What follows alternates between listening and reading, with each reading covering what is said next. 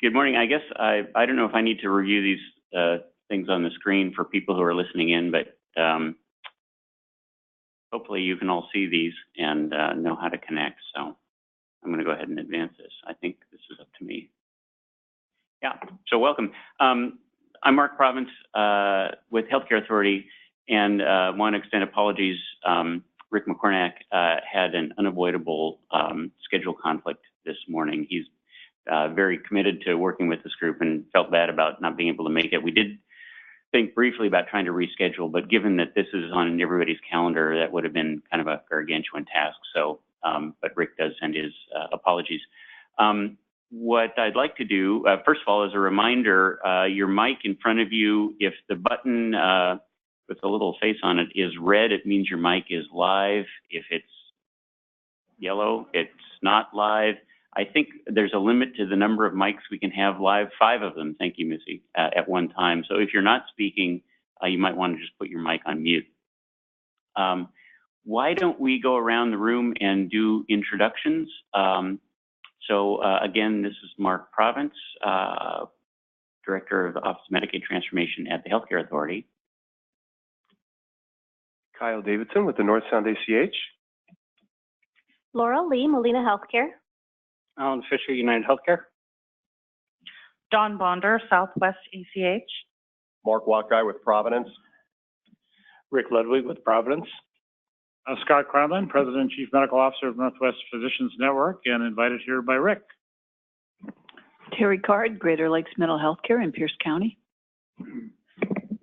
Caitlin Donahoe, Healthcare Authority. Catherine Weiss, Healthcare Authority. Joe, Kitsap Mental Health Services. JD Fisher, Healthcare Authority. Brad Finnegan, and consultant working with HCA. Rachel Quinn, Healthcare Authority. Emily Transtu, Healthcare Authority.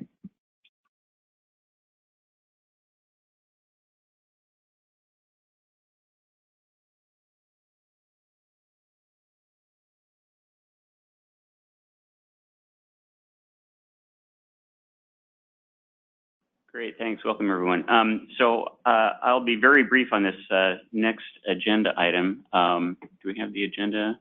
Okay, well, here are our meeting objectives. Here's the agenda. So I wanted to just talk very briefly about the role and focus for 2018. So this is our last meeting of this group for 2017. So we may want to be a little reflective today as well as looking ahead. In this coming year, a couple of things. One is, as a reminder, with the ACHs completing their project plans and submitting those to the Healthcare Authority on November 16th, we'll be moving, as we get into 2018, into really implementation planning for those projects. And that'll put a sharper focus, I think, on the relationship between the ACHs and their partnering providers. And in turn, will call into sharper focus, I think, the opportunities, challenges for progressing in value-based payment, especially as VBP relates to the projects that are approved and undertaken by the ACHs.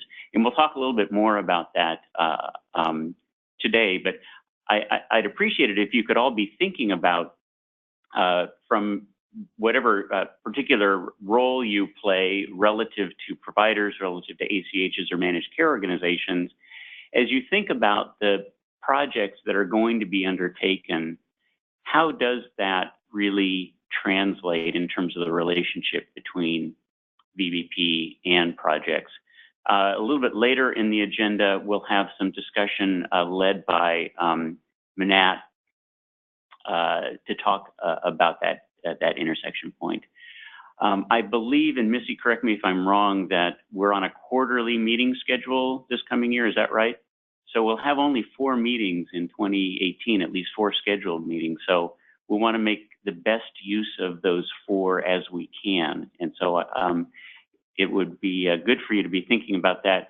And we can come back to this in wrap-up comments at the end of the meeting, but I just want to pause here and just ask if anyone has anything in particular that you want to make sure that we tee up for our first meeting in 2018, or pay particular attention to as we map out the agendas for those 4 meetings. Any initial thoughts?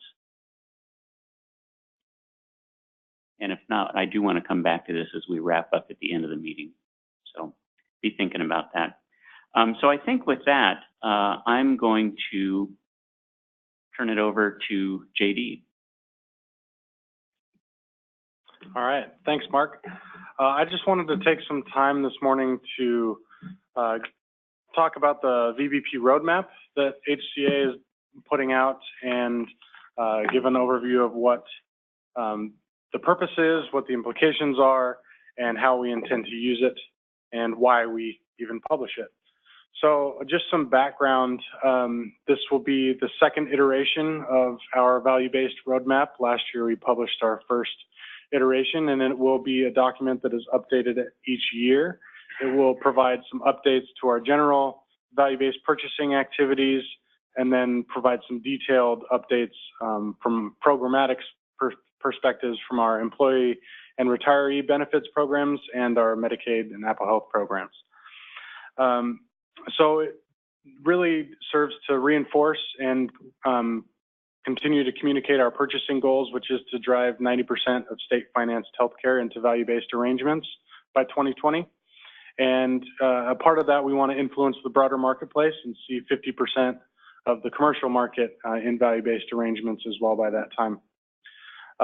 We recognize that to achieve these goals, it's going to require a lot of collaboration and coordination across the agency, but also with our partners in the state. And the roadmap will highlight how we're coordinating with the federal government and how we're using some tools and some just information and programs that the federal government is using, particularly the land framework that defines alternative payment models. We're also looking to MACRA and how we can align our payment models with the initiatives under MACRA and help providers and payers participate in that program and try to align so that we're not asking different things. And the roadmap will be kind of a 3-part document. There will be a general one HCA roadmap that tells the broader tale of what we're doing. Then there will be 2 standalone appendices that will talk specifically about what we're doing in the employees and retirement benefits program and what we're doing in the Apple Health program. Each of those appendices will serve as standalone documents and can be read as a solitary document, but they'll also connect with the broader roadmap. So we've created this roadmap and we developed some foundational principles last year that we hold as really key to the work that we're doing and try to align all our efforts with these principles. They are to reward the delivery of patient-centered, high-value care and increased quality improvement. You can see this in some of our contracts, how we've created a quality improvement model that rewards performance, but also improvement. We want to reward performance of our Medicaid, public employee benefit, and school employee benefit health plans and their contracted health systems. We are really driving alignment in how we define value and how we measure quality in those programs and in those different contracts. We want to align payment and delivery reform approaches with CMS so that we can see the greatest impact and simplify implementation for our partners. We want to improve outcomes for patients and populations. We want to drive standardization based on evidence. We are coordinating and aligning very closely with recommendations from groups like the BRIE Collaborative.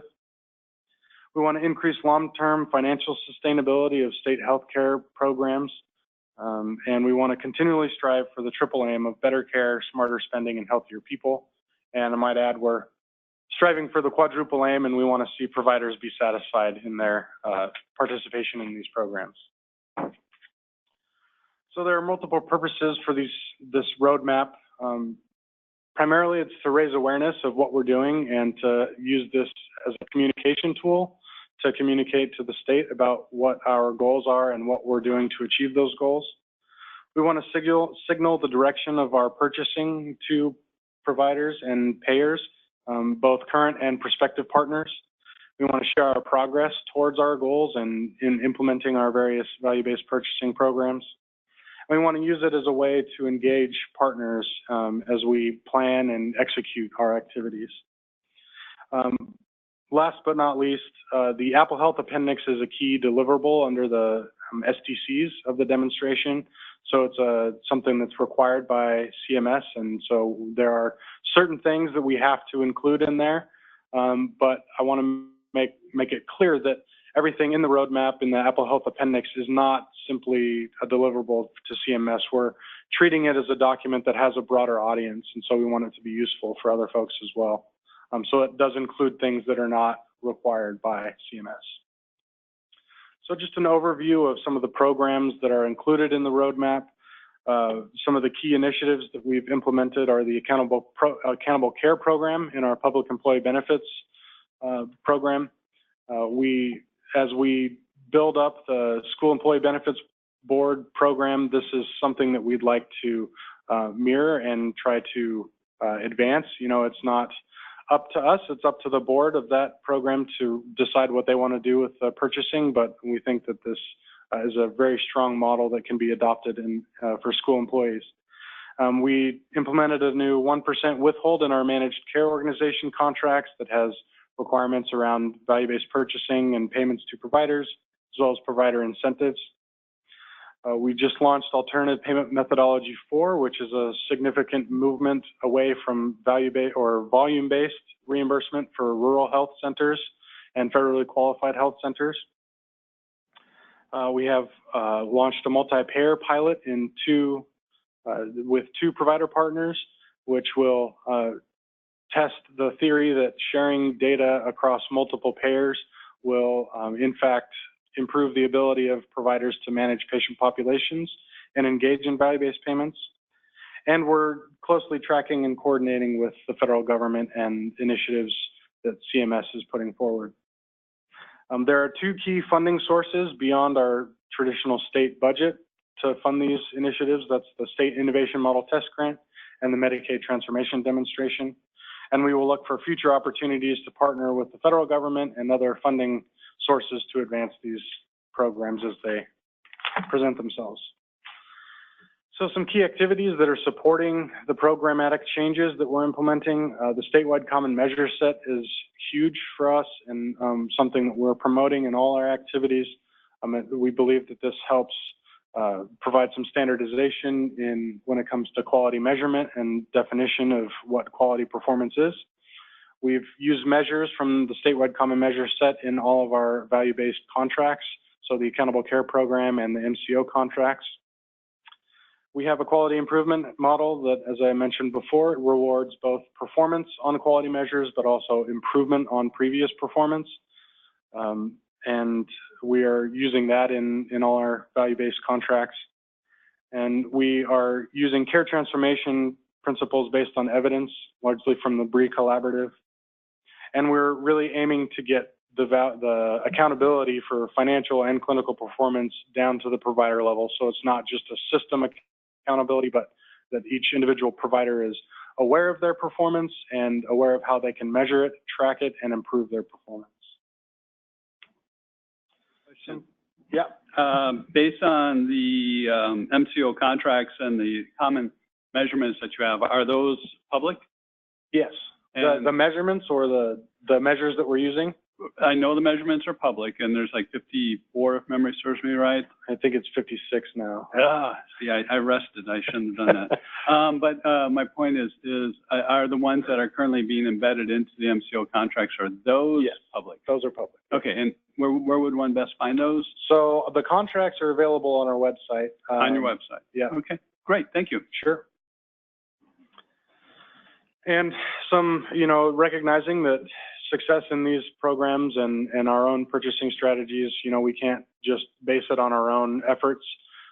We really takes a community-based approach. And so we're encouraged by the accountable communities of health and where they are today, and plan to continue to leverage those partnerships to expand these programs. And also this group, the Medicaid Value-based Payment Action Team, this is a very valuable group and a group that we are excited to continue to partner with in the future. So just some overview of the programs and what we're doing in the employees and retirees benefits. So the appendix will reflect the specific initiatives and changes pertaining to this program and how they align with the broader agency vision for value-based purchasing. It'll demonstrate how we're driving common elements through these programs, as I've mentioned before. And it will serve to signal our vision for expansion of current programs, particularly the Accountable Care Program, what we would like to see, what we would like to do with our fully insured product, and how we would like to embed some value-based concepts into those contracts, and work that we'd like to do in our bundled payment approaches. So again, the framework is going to cover our purchasing goals, cover the different programs, so the Accountable Care Program, our Center of Excellence Total Joint Replacement Bundle Program, our fully insured product. We released a request for information for bundled payments this summer, and we will reflect some of our findings from that and what we hope to do with that information moving forward. And then the status and plan for the School Employee Benefits Board that is just launching this fall. The Apple Health Appendix will similarly reflect specific changes and initiatives happening in Apple Health in alignment with the roadmap, and it will also include the requirements from the STCs, particularly numbers 40 and 41, and changes that are taking place in the managed care contracts. It will cover strategies that we're using in Apple Health to support value-based purchasing. It'll identify the targets and the incentives that we're using and measuring.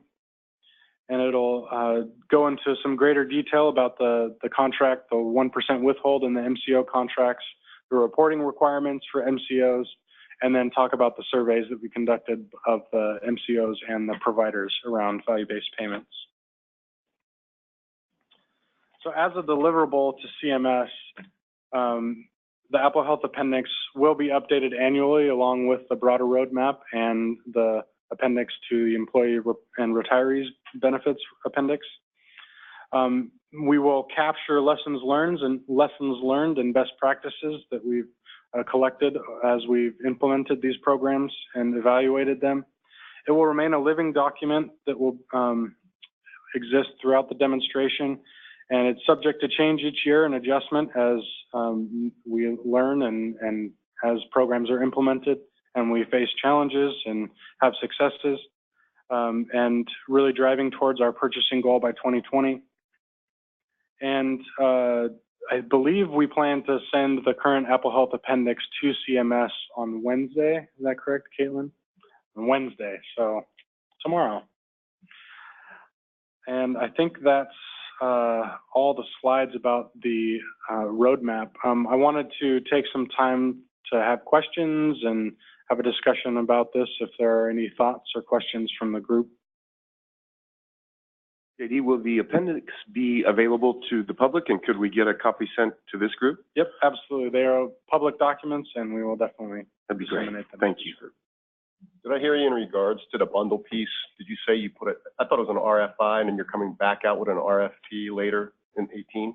So I believe the plan is to release an RFP in early 2018. It's still in development, and we're still evaluating what we want to do contract-wise. We learned a lot from both the total joint replacement RFP and this RFI that we did this summer about kind of strategies for supporting and engaging providers in this work. And we want to, any RFP we do in the future, we want to ensure that we have a long-term strategy in place where it's not, because we want this not to be a Seattle-centric program. We want something that's going to impact lives that we cover throughout the state, and we want providers throughout the state to be able to participate in this type of work.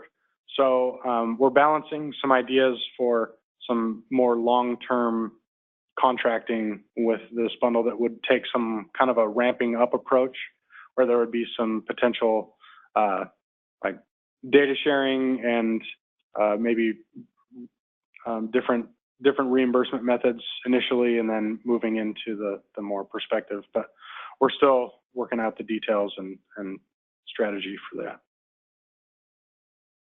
So follow-up question on the bundling. So what about maybe you guys are trying to do the heavy lifting first, but what about agencies that are currently capitated underneath the capitation system? Are they going to be pulled back to a bundled system? I see head shaking, so that's a good sign. Yeah, our intent is not to move away from that, from those organizations that are doing that. I'm going to write that in my notes. I would say there are things in the bundled program that we would like to see those types of organizations implement, like the BRIE recommendations and evidence-based standards like that, but we wouldn't expect them to alter their structure. And I would expect some changes in the outcomes and measurements and that, but it's keeping the capitation system in place as a payment system. Thank you. I think I'll just add the RFI that we released a couple months ago. It's online. I think we're going to publish a summary as well, but we did say in the RFI, we are looking at creative ways to do bundles on the Medicaid side, but whatever bundles we do on the Medicaid side would be in partnership or through the MCOs. So we're still working on those strategies.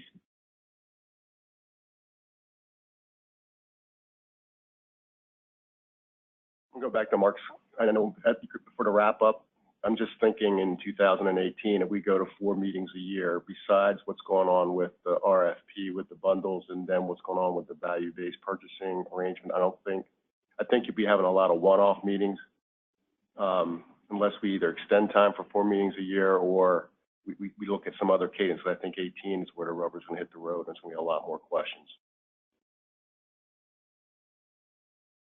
Thanks, Mark. That's a really good observation. And again, when we circle back at the end of the meeting, let's think about content as well as frequency of these discussions, and if it makes sense to have opportunities for kind of interim exchanges in one way or another.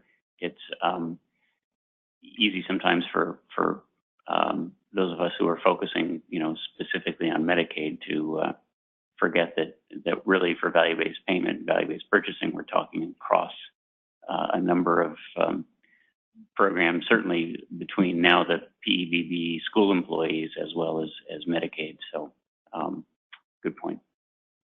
There's also, we did have, through the responses to the RFI, we've collected, contact information and have some communication plans moving forward to update as we develop the strategy. And if we do move with an RFP, we'll communicate that out. And there will be opportunities for communication outside of this group regarding those programs.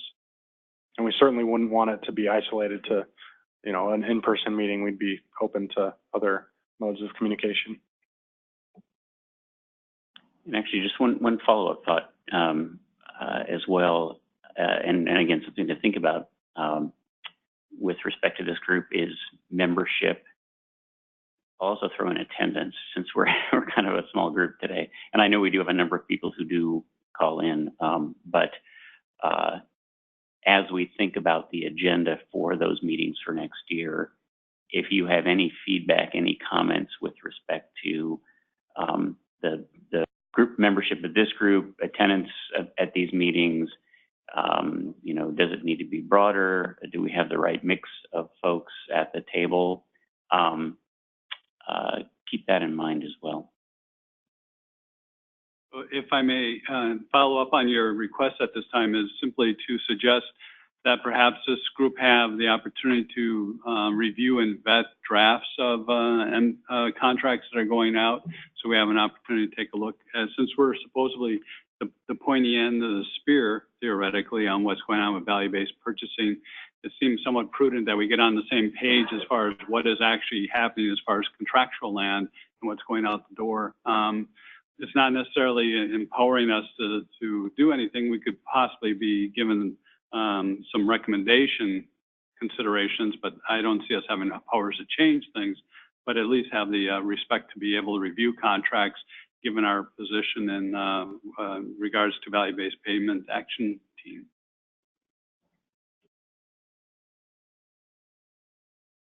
Yeah, that's a good point, and follows on the conversation we had just before the meeting.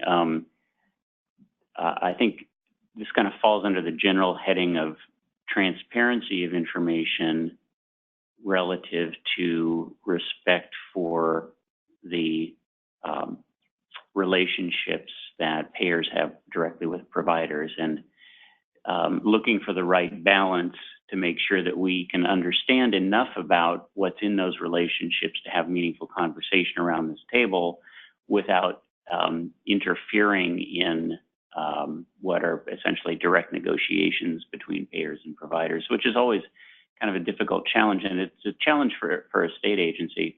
It also begs the question, and this is one that I really don't know the answer to, but we can look more into it. You know, what kinds of information are available, for example, and this may be in summary fashion, but from other sources like OIC or the Alliance or others that we could bring to the table at least to inform these discussions. So I don't want to make the MCOs or providers nervous by suggesting that this group has a role in terms of getting into the middle of those direct relationships. On the other hand, I also don't want to be so overly careful that we're missing the opportunity to share information that's meaningful. Joe, I think that's a great idea, and I think we should go ahead and do that. We HCA has put into place in the last year a pretty robust internal process for reviewing measures that are used in a lot of different settings to try to increase alignment and increase usefulness. And I think that getting the input from this group on what goes into what's incentivized within our contracts with the MCO is a great idea. And obviously, of course, we don't dictate how that gets passed through, but on the other hand, the things that we prioritize are likely to be further prioritized by the MCOs. So I think that's a fantastic idea, and we'll do that. Timing, there are a lot of timing pieces on that, so depending on scheduling of meetings, it might be something we get input on by email or some other method, but thank you for that.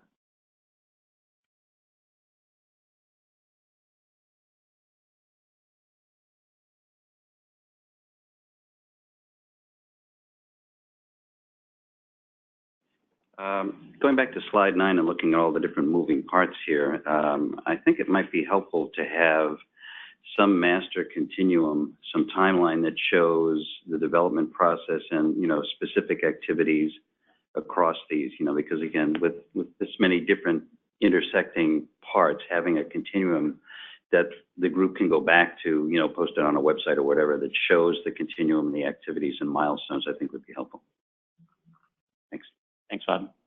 A point of clarification, are you thinking like a Gantt chart as far as a rollout of these different things and time periods? Sort of like a project plan that shows, you know, particular milestones, when contracts are done, when deliverables, just key milestones, you know, but that would compare all of them in a master sheet so we can see again and look for different points of intersection. Good point. Thank you. Thank you. And I would just say that if you want to look at our contract, Exhibit F is the exhibit you're looking for, and it is online. And we, as MCOs, have, when we've been doing our tours across all ACHs and trying to help people increase their understanding of value-based payment, we've encouraged everybody to read our contract. I know it's a slog, it's over 300 pages, but it really gives you a sense of everything that we're trying to do. And I don't think we ever did that in the Olympics, so we never pushed that message out there, Joe. Right, and this is Laurel. I was just also going to share that I think it's great to get input into the incentive measures and totally appropriate, but also to keep in mind that many of us do try to align our provider agreements and our value-based payment arrangements to those measures.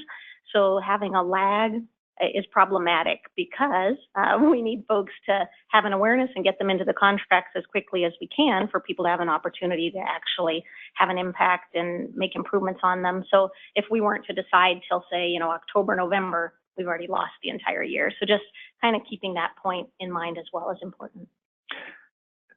And in terms of the HCA process on that, there's a definite, you know, schedule. They're determined in the summer to be put into contracts in the fall for the following year. So it would be sometime upstream of that, I think, when we were considering options.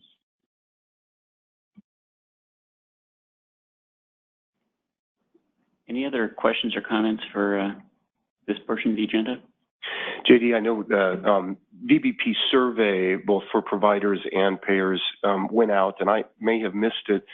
Is there any greater roll-up that can be reported out on the results of that survey, or can we expect to get a little better sense of kind of across the state what we're looking at for levels of adoption? Yeah, well, Mark's going to go into a little bit of that later this morning. We don't have anything ready to publish, but we aim to have some published findings mid-November, and we'll continue to, once we have stuff that or documents that we'll publish or summaries, we'll definitely share that with this group.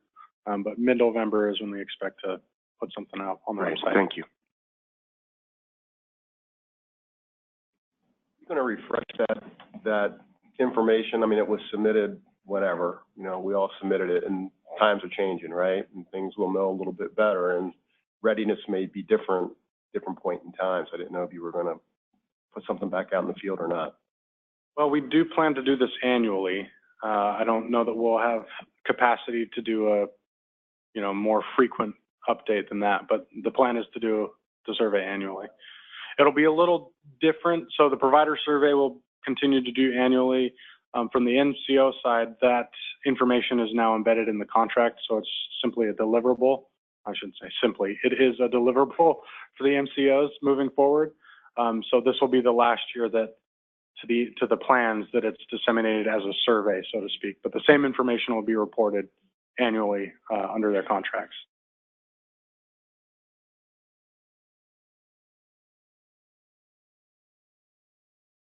So we got a couple questions from the webinar, so I'll go through those. So first question is, what bundles are under consideration? So for the employees and retirees benefits, we've considered a number of bundles, spine, bariatric surgery, some examples. We're still determining which way we want to go, but those were kind of the key bundles. We considered maternity bundles.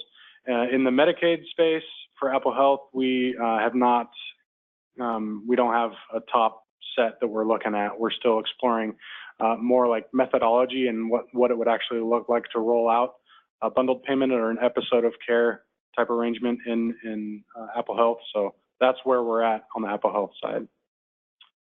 Other question was, moving to alternative payment methodology number 4 was optional for RHCs and FQHCs starting in July of this year. At what point in time will it be rolled out to all RHCs and FQHCs? And I do not know the answer to that question. I don't know if we have, yeah. We'll get back. More to come on that. I have a question about the RHCs adopting the alternative payment methodologies. I've gotten some questions from RHCs in my region about there being some kind of commitment that there'll be no clawback. Apparently, RHCs have experienced difficulties in the past adjusting to new payment methodologies and then had to, years in the future, come up with funds to pay back when those methodologies were ruled to not necessarily be within what they should have been doing. So is there some commitment that comes with that adopting an alternative payment methodology means that you are safe and there will be no opportunity for a clawback provided you are following the methodology? So Gary Swan, who's one of our colleagues, leads up that effort. The 13 FQHCs that came forward this year and that agreed to start the alternative payment model in July, we have a memorandum of understanding with them, and that's online. I think there are a couple issues that we're still working on with them, but we can make a connection with you to discuss those issues with him and those RHCs directly with him. Thank you. You guys might not know this yet because it's really new, but the legislature passed it's not even a study, it's sort of a review of how to incorporate mental health and patient treatment into managed care. and I'm assuming, and now there's doing stakeholder interviews around it now. I'm assuming that if that got rolled in, which I'm guessing it will, that it would be subject to value-based payment. And have you thought at all about what that could look like? Because, I mean, from a bundled perspective, if you want to try to do it that way, you could think about it. But I want to make sure that when we create the methodology for that rate, that we are smart about it and it aligns with the way that we're trying to go before it gets rolled into our contract. I think we share the same intent. So we are, I mean, like I said, for any type of bundled payment or episode of care work in Apple Health, we're still in the very early exploratory stage. So considering all those types of factors, and we want to make sure that anything we do implement aligns with everything else and all the other strategies and the integration. So definitely don't want to deviate. I think this points out as well that again, the Medicaid transformation demonstration gives an opportunity to actually explore some of the alternatives in a little bit more of a, I don't know, protected way is the right term, but it at least gives the opportunity to learn more about how these translate into a Medicaid system before we go full-fledged. So it's a good point. I think proceeding carefully makes sense, but taking advantage of the current opportunity, I think, makes sense as well. Just, I guess, along those lines, I hope for our agenda here with this meeting that we could have some evaluation of some of the programs that you had, the bundle program that's been out for a while, and the the Accountable Care contract, so that we can understand better what the successes and failures are of those. Yeah, I think that's a great idea. We would definitely like to do that. Yeah, we'll take note of that as we're identifying our topics for the upcoming meetings. Thanks. So there were two more questions from the webinar. How will ACO arrangements be adjusted for rollout of bundles? So this is a policy question that we're wrestling with, particularly with our Accountable Care program. Right now, the enrollees that are in the Accountable Care program are not eligible to take part in the bundle. The two Accountable Care networks are contractually obligated to implement the same recommendations for joint replacement surgeries, but they're not participating in the bundles. So we're having policy discussions about how we can marry the two or align them. So still wrestling with that question, but our intent in the future is to align those programs. Next question, will bundles be direct contracts between HCA and providers or plans and providers? So in our employee benefits programs, like we did with total joint replacement, it is more of a direct contract with providers. There's Premera is the third-party administrator for the bundle, and we envision following that same mold for additional bundles in our employees and retirees benefits programs. But in the Apple Health space, we expect that it will be more of a administered through and with our MCO partners. So more of a plan and provider relationship. Any other questions or thoughts?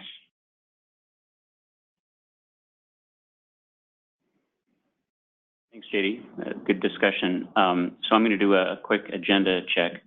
So depending on which side of the room you're sitting on, it's either 10 to 11 or 10 to 10. The agenda calls for a break at 10. We did get a little bit of a late start. This next section, which will be led remotely on the phone by our folks from Manat, will probably take, I think, about 30 minutes. So do you prefer to have this next section then take a break, or do you want to take a break now?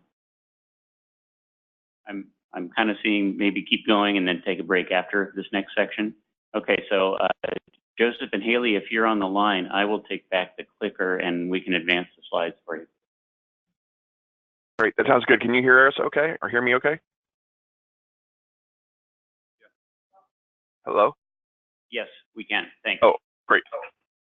Great, thanks. I just, Haley's going to be going through this presentation. I just wanted to give a little update to the group here that the slides we're going to go to regarding value-based payment and DSRIP level setting were delivered at a development council call to the ACHs.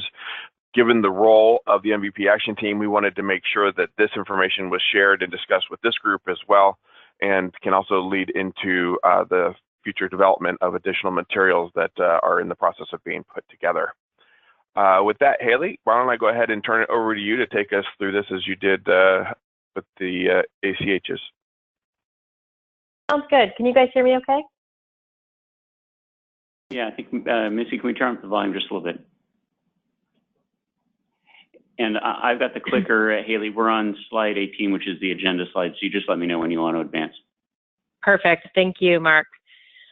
So we wanted to, as Joseph mentioned, spend a little bit of time today to do some level setting on the relationship between VBP and DSRIP, as we really have heard from a lot of the ACHs, but also from many of you all in the MVP action team, that there is need for greater clarity on the role of value-based payment in DSRIP. We have produced and presented on some other VBP-related technical assistance, including, for example, we created a VBP resources guide, which was shared with this group. We can certainly recirculate if that would be helpful. And that just listed in one place a whole bunch of VBP 101-like resources that should hopefully be helpful to the ACHs and their provider partners. And then we also, of course, spent a lot of time in this setting discussing the capabilities that providers need to succeed in value-based payment, and had created a designated TA PowerPoint that was a kind of a framework, if you will, on the capabilities that providers need for success in VBP. Very, very much based on the discussions we had with the MVP action team. But still, all that said, we've heard that there's need for some targeted level setting that is specific to that relationship between VBP and DSRIP.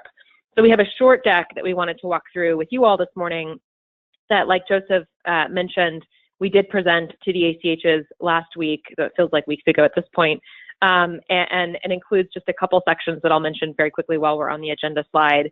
That is, the relationship piece that I was just referring to. We've created something that we're calling a delivery system reform sustainability cycle that we'll walk through that has kind of 3 key pieces to it. We've also created kind of an example applying a project to that cycle and what that might mean in more concrete terms. And then you'll recognize some of the content that we have in a subsequent slide on the role of ACHs in advancing value-based payment. Again, you guys have been instrumental in driving a lot of the content for this deck, even though you've not seen it, and you'll recognize some of the material there. And then finally, just to wrap up a slide that we have kind of to help people think about, the ACH role and their engagement with value-based payment over time, over the course of the DSRIP program. So Mark, can we shift to the next slide? And I think it's actually 2 more slides. The next one, please. Perfect. So you will, you may recognize this slide. I know we've presented it now a couple times to the ACHs, at least a couple times, because I think it was in some of our fund flow material. But we're really going to be doing a deeper dive into these concepts today, just over the next half hour. The idea here being, how you get from the current state of health care that is, largely based on fee-for-service payments, delivers fragmented, uncoordinated care, to that end goal on the right-hand side of the slide of a transformed health system, that relies on value-based payments, has coordinated, patient-centered care, good wellness, et cetera. So, what we'll talk about today is not new or different information. We're just trying to clarify these concepts, really in direct response to feedback we've received. I'll just say I welcome questions and comments from the group. Sorry that I'm not there, so can't see if anyone's raising their hand or trying to chime in. You guys just yell at me to stop talking if there are questions. But I do think it may be helpful for me to get through some of the next few slides back to back, if that's possible, and then we can kind of open up for questions and comments. So Mark, can you take us to the next slide, please? Our chicken and egg slide? Yeah. So hopefully, can you guys hear me? Yeah, we can. Okay, great. Yeah, so you should be looking at some cartoons of chicken and eggs. a chicken and an egg. The point of this slide is to really zoom in on that end state of a transformed health system. There are three important bullets noted at the top of the slide in a green bar, really worth just spending a little bit of time on, though they may seem somewhat obvious, that the shift from fee-for-service, kind of the world we primarily live in today, though increasingly plans are, of course, paying their providers through VBP, but that shift from fee-for-service to VBP requires delivery system reform changes. And that DSRIP funds, as we'll talk a little bit more about the kind of the unique role that DSRIP plays here, allows providers to make these changes through investment in the actual transformation process. Like I said, we're going to track to a lot of the conversation we had on the capabilities that are needed to succeed in VBP. Also, that VBP arrangements can help sustain these changes, by financially rewarding those outcomes. So you can see from the graphic that we portray here delivery system reform as the chicken, and success as the success in VBP, I should say, as the egg.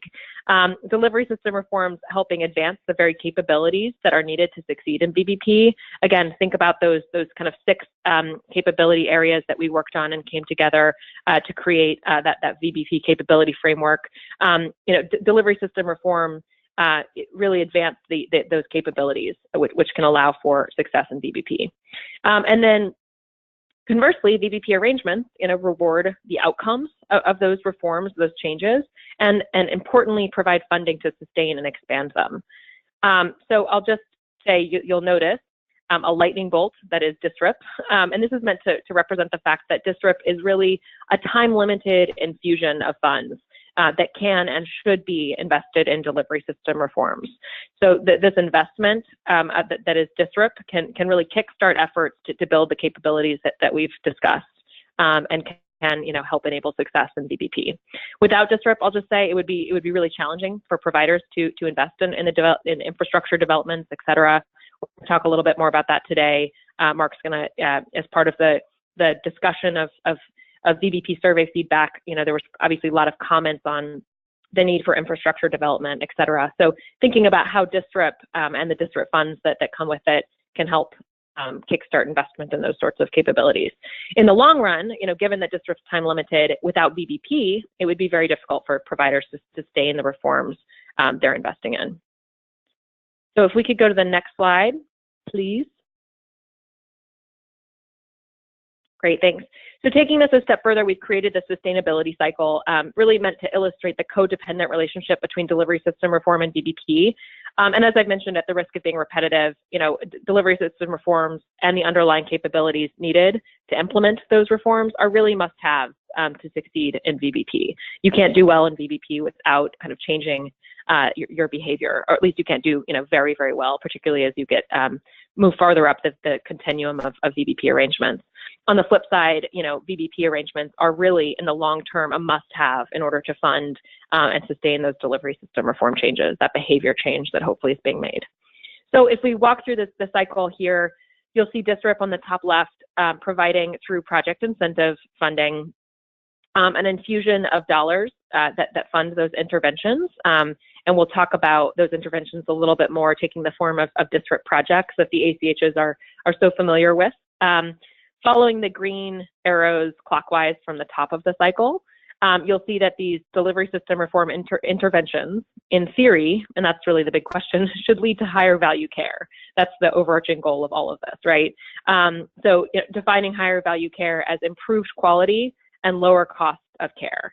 So at the bottom right of the cycle, that higher value care will then be rewarded by and therefore kind of incentivized through value-based payment arrangements. These VBP arrangements should financially reward providers for delivering more appropriate care, for example, not just more care as the current fee-for-service structure incentivizes. Looking at the left-hand side of the cycle, kind of working our way around, those financial rewards that are flowing to the providers through VBP can then sustain, additional reforms, allow providers to make further investments and drive even higher value care. This is of course the goal. This is highly theoretical, but this is the goal. And we're trying to, you need dollars in order to change behavior often. And so this is the idea here is to tie the two and really make things happen. So if you look, can we go to the next slide, Mark? We're gonna, the next few slides dive a bit deeper into the specific sections of the cycle. Perfect, thank you.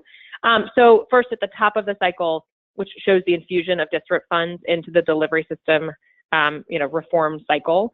DSRIP actually funding the interventions. Given that there has been some confusion about how payment reform and VBP fit into DSRIP, we thought it would be helpful to just quickly review what DSRIP really is. So, DSRIP is a program that's part of states' 1115 Medicaid waivers that provide funding to states to support providers changing their behavior, essentially changing the way they provide care to Medicaid enrollees.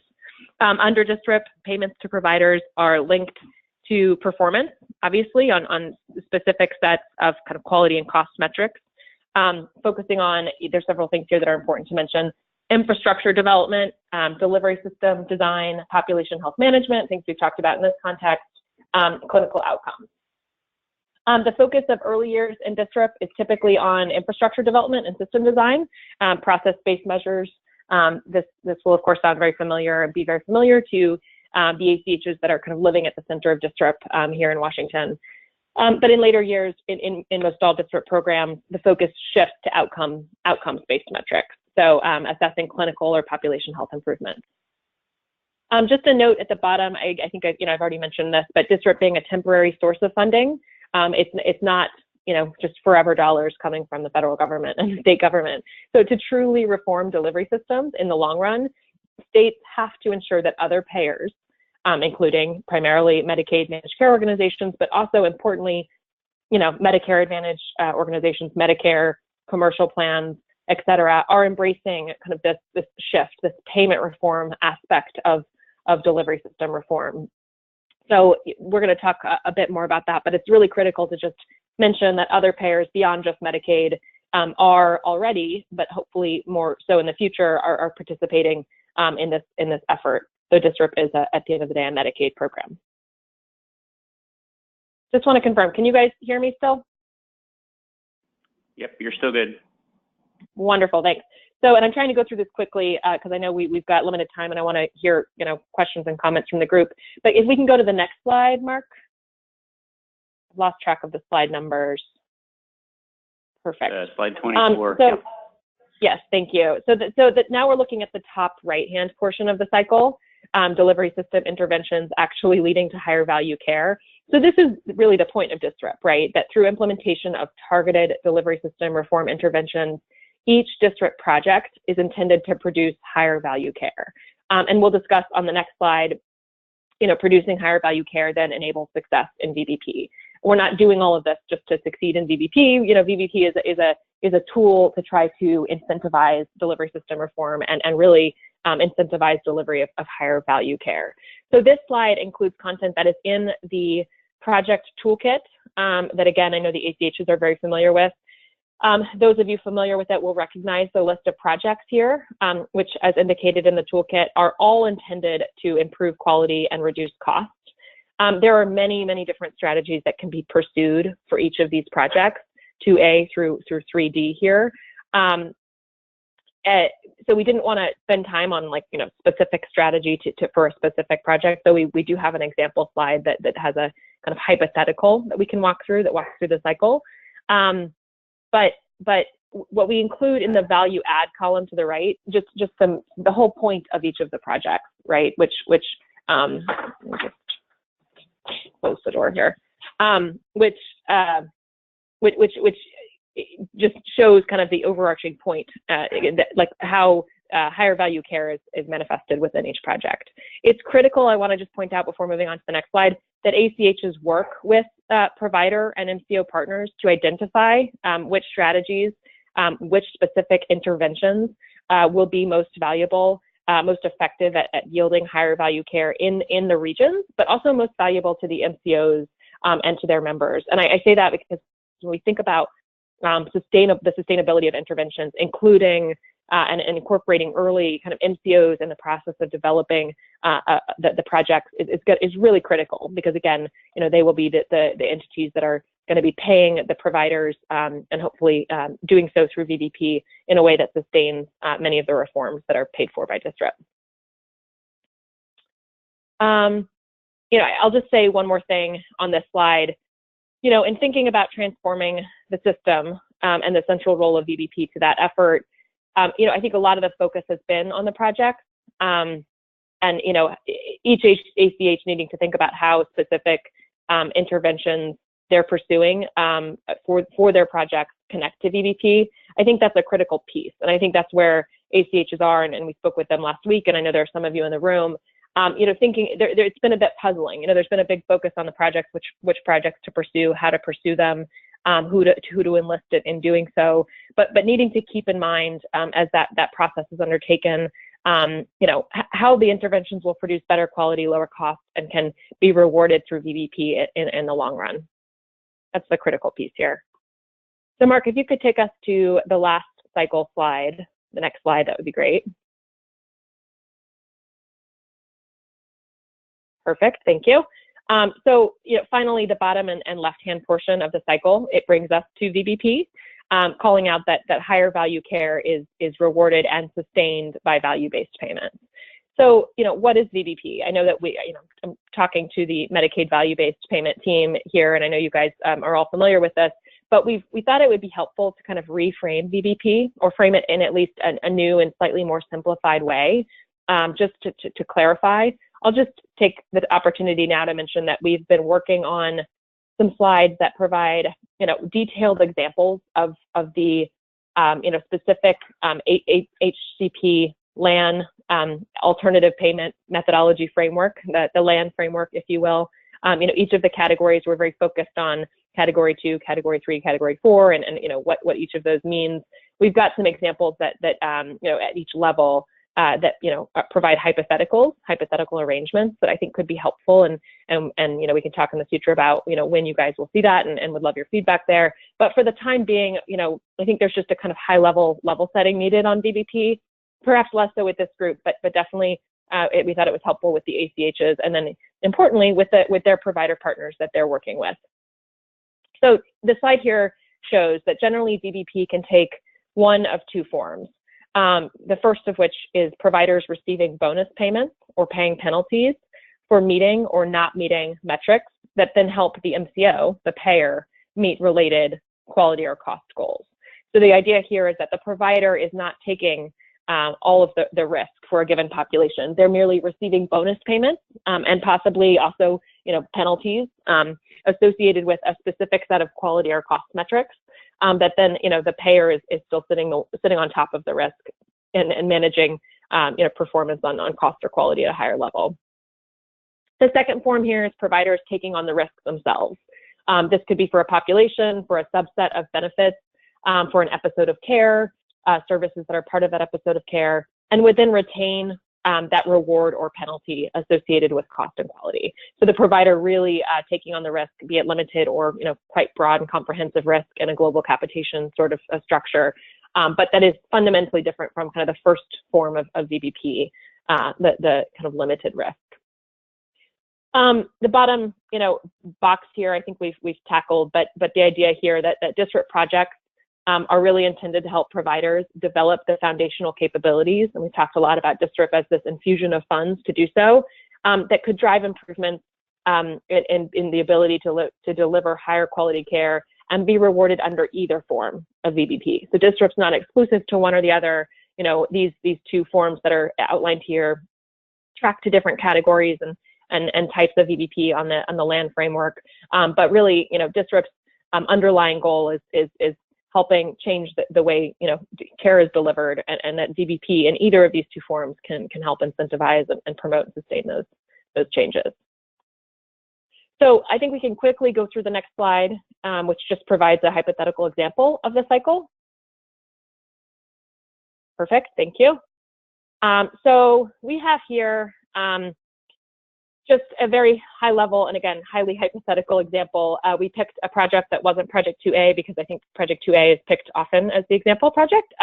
This is Project 2D relating to diversion interventions.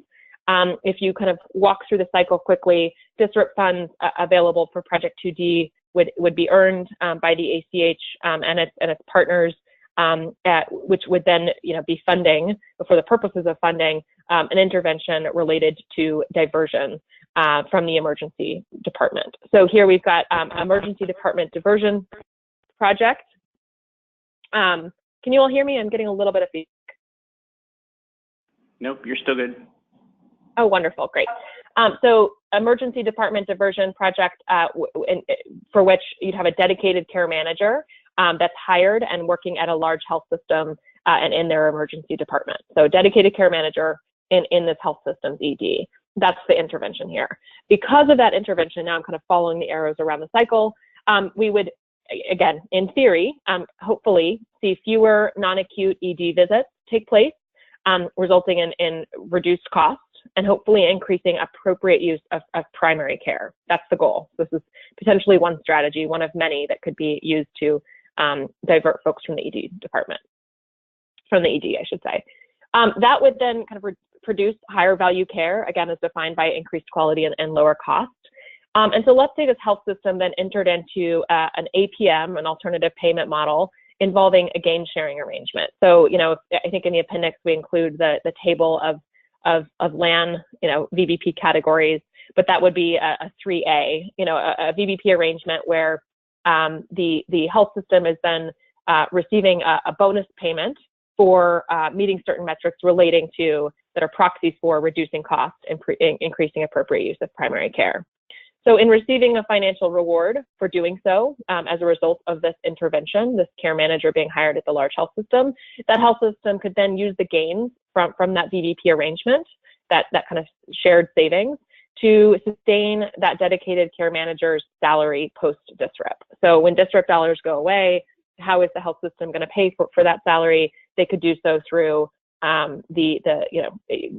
put the funds that they receive in the shared savings arrangement as a result of kind of improving quality and reducing cost toward the salary of that care manager. So I would say that that's, you know, pretty high level and also highly theoretical. I know things don't work quite like that, but that shows you how, you know, just the kind of sustainability cycle might work for a specific piece of a specific project. So if we can shift, I'm almost finished, and then we can kind of pause and get folks' feedback in the room. But if we go to the next slide, the ACH role slide, thank you. You'll see content that you've seen before, again, because you helped us create the content for this one. The idea here being that ACHs can play a variety of roles relating to value-based payment. There's obviously been and kind of remains to be some kind of question about, given that ACHs aren't part of the actual contractual arrangement or negotiating the contracts between the MCOs and the providers that are in network with them, you know, what does that mean for an ACH? What are they supposed to do if they're, you know, supposed to be moving the needle on VBP, but aren't part of those, you know, actual contract discussions? So we had created 5, again, based on all of your input and based on some interviews that we've done and just work with the ACHs and HCA and you all, kind of 5 areas, 5, you know, high-level roles that the ACHs could play. I don't think I've got time to go through all of them, but it's helpful to take another look at these if you can. These, of course, include, you know, being a convener. I think this is one of the integral roles that ACHs play beyond just VBP. You know, convening groups, connecting providers with one another in the region, but also connecting providers with non-physician organizations like community-based organizations, counties, et cetera, and really helping convene groups, including the MCOs, the provider partners, the non-physician organizations, et cetera, bring them together and kind of enable regular communication, ongoing communication around delivery system reform and, of course, VBP. Playing an educator role, so educating providers on you know, just the fact that the state has put out VBP targets, that there's this thing called a LAN framework, and this is how we define VBP. You know, what do we mean when we say VBP? But I think importantly, like the thing that's most resonating to me of the educator role is less about ACH staff becoming technical experts in VBP. I don't think that's the vision. It's more about ACHs in their kind of unique position in the industry to connect providers who are really just have no idea what's going on or have little idea or understanding of VBP and delivery system reform, connecting them with the resources, helpful resources and information related to things like VBP readiness, et cetera. And then also, as part of the convening role, connecting them to the folks that can then, work with them to come up with some sort of a VBP arrangement. But also importantly, you'll remember that capabilities deck that we had prepared with you all. That's kind of a key thing, in advance of going straight to VBP discussions, really thinking about, what can I and should I start doing? What kind of capabilities do I need in order to even enter into this world? Understanding there are some barriers that Mark's going to talk about in a second. Very quickly, regional strategy developer, kind of a funny name, but obviously the ACHs per the toolkit and under the DSRIP program are required to kind of be the ones creating and developing their region's strategy on VBP. So that involves some level of assessing current state, monitoring progress, identifying understanding needs at a very local level, thinking about a feasible solution, if you will, a way, a path forward to get us to VBP. That's no small task. And I know we've had conversations in this setting about, information, getting the ECHs and folks information needed to be able to do that. Understanding that not all information is always going to be available to everyone, kind of thinking about the best way to do that is going to be kind of on the to-do list for ACHs. Drivers of sustainable reforms. This is the fourth column on the slide. Just, quickly, I think this one's a really critical one, and I alluded to it earlier.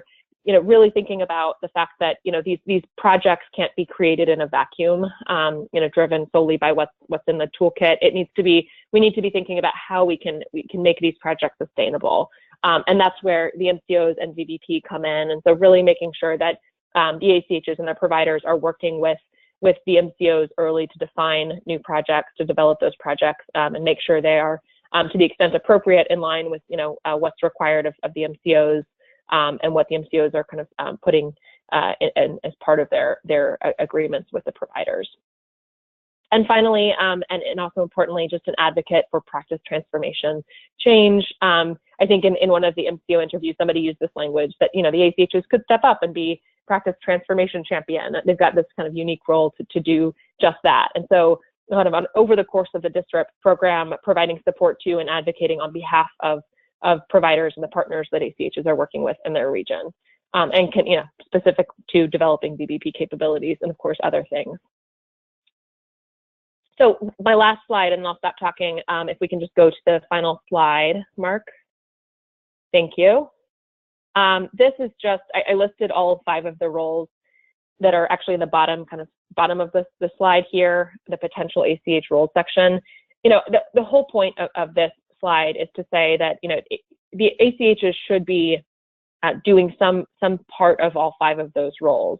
And certainly should be doing all of them over the course of the DSRIP program, but some of them might be front-loaded, some of them might be back-loaded. So we kind of show through, orange highlighting where you might be focusing initially on convening and connecting, providers and others in your community with various resources, thinking about developing that strategy, and perhaps doing more of an advocacy role later, or, the sustainable reforms driver, could be something that spans across the course of the DSRIP program. So just really, again, to kind of highlight that you don't need to be doing, ACHs don't need to be doing all 5 at all times. I know there's a lot on their plate, but being strategic about, what they're doing on VBP and when, I think is critical. And is the main point of this slide. So I think that concludes our slides. We have a couple appendix slides just for reference in case you have the deck that I think are just the glossary of acronyms, because I know we all use acronyms, and then just, slides that you've seen on defining VBP through the LAND framework and how HCA defines it using that LAND framework, and then also HCA's 2022 vision, so where we need to be at 90% of all MCO payments to providers in a VBP arrangement by the end of 2021. So I'll pause and see if there are any questions or comments. Thank you for giving me the opportunity to go through all of those. Thanks very much, Haley, and thanks for taking us through. I know it was a lot of material to cover in a short period of time. There's one question I have here that was submitted by a webinar, but let me ask also, are there questions, comments that folks in the room have? Looks like we have several. Caitlin? I have a couple of comments. and it's one of them, I don't even know where to start, sorry. One of them is about the metrics timing that Emily was talking about. You know, ED utilization, readmits, are those coming to be in our contracts anytime soon? If they are, that's some serious conversations we need to have with hospitals. I don't think all hospitals are necessarily prepared for having those in our contracts and having the revenue loss that may come from that when we don't have infrastructure in place yet. So the timing of that, I'm curious around. And then I'm going to give a tough love. The sustainability cycle example, this, to be honest, is something at the table even here. We have 3 national plans. My national folks could do this pretty quickly. That's what we do. That's our expertise as a health plan, is to be able to give an example like this. Where we struggle here in Washington trying to understand the sustainability cycle for something is when we have more locally related funds that will be saved and how we reinvest those. So like jail diversion, for instance, what do we do when we're trying to sustain jail diversion, knowing that we're going to see savings, not only from the clinical side, but actually more likely from the county side? And what does that mean for reinvesting back into the community? And even if it does get reinvested back up into the state, what's the state's responsibility for trying to get that back out into the prevention side of things so that we don't have as many people cycling through, so we can have more programs related to diversion and talking about racial inequity and things like that.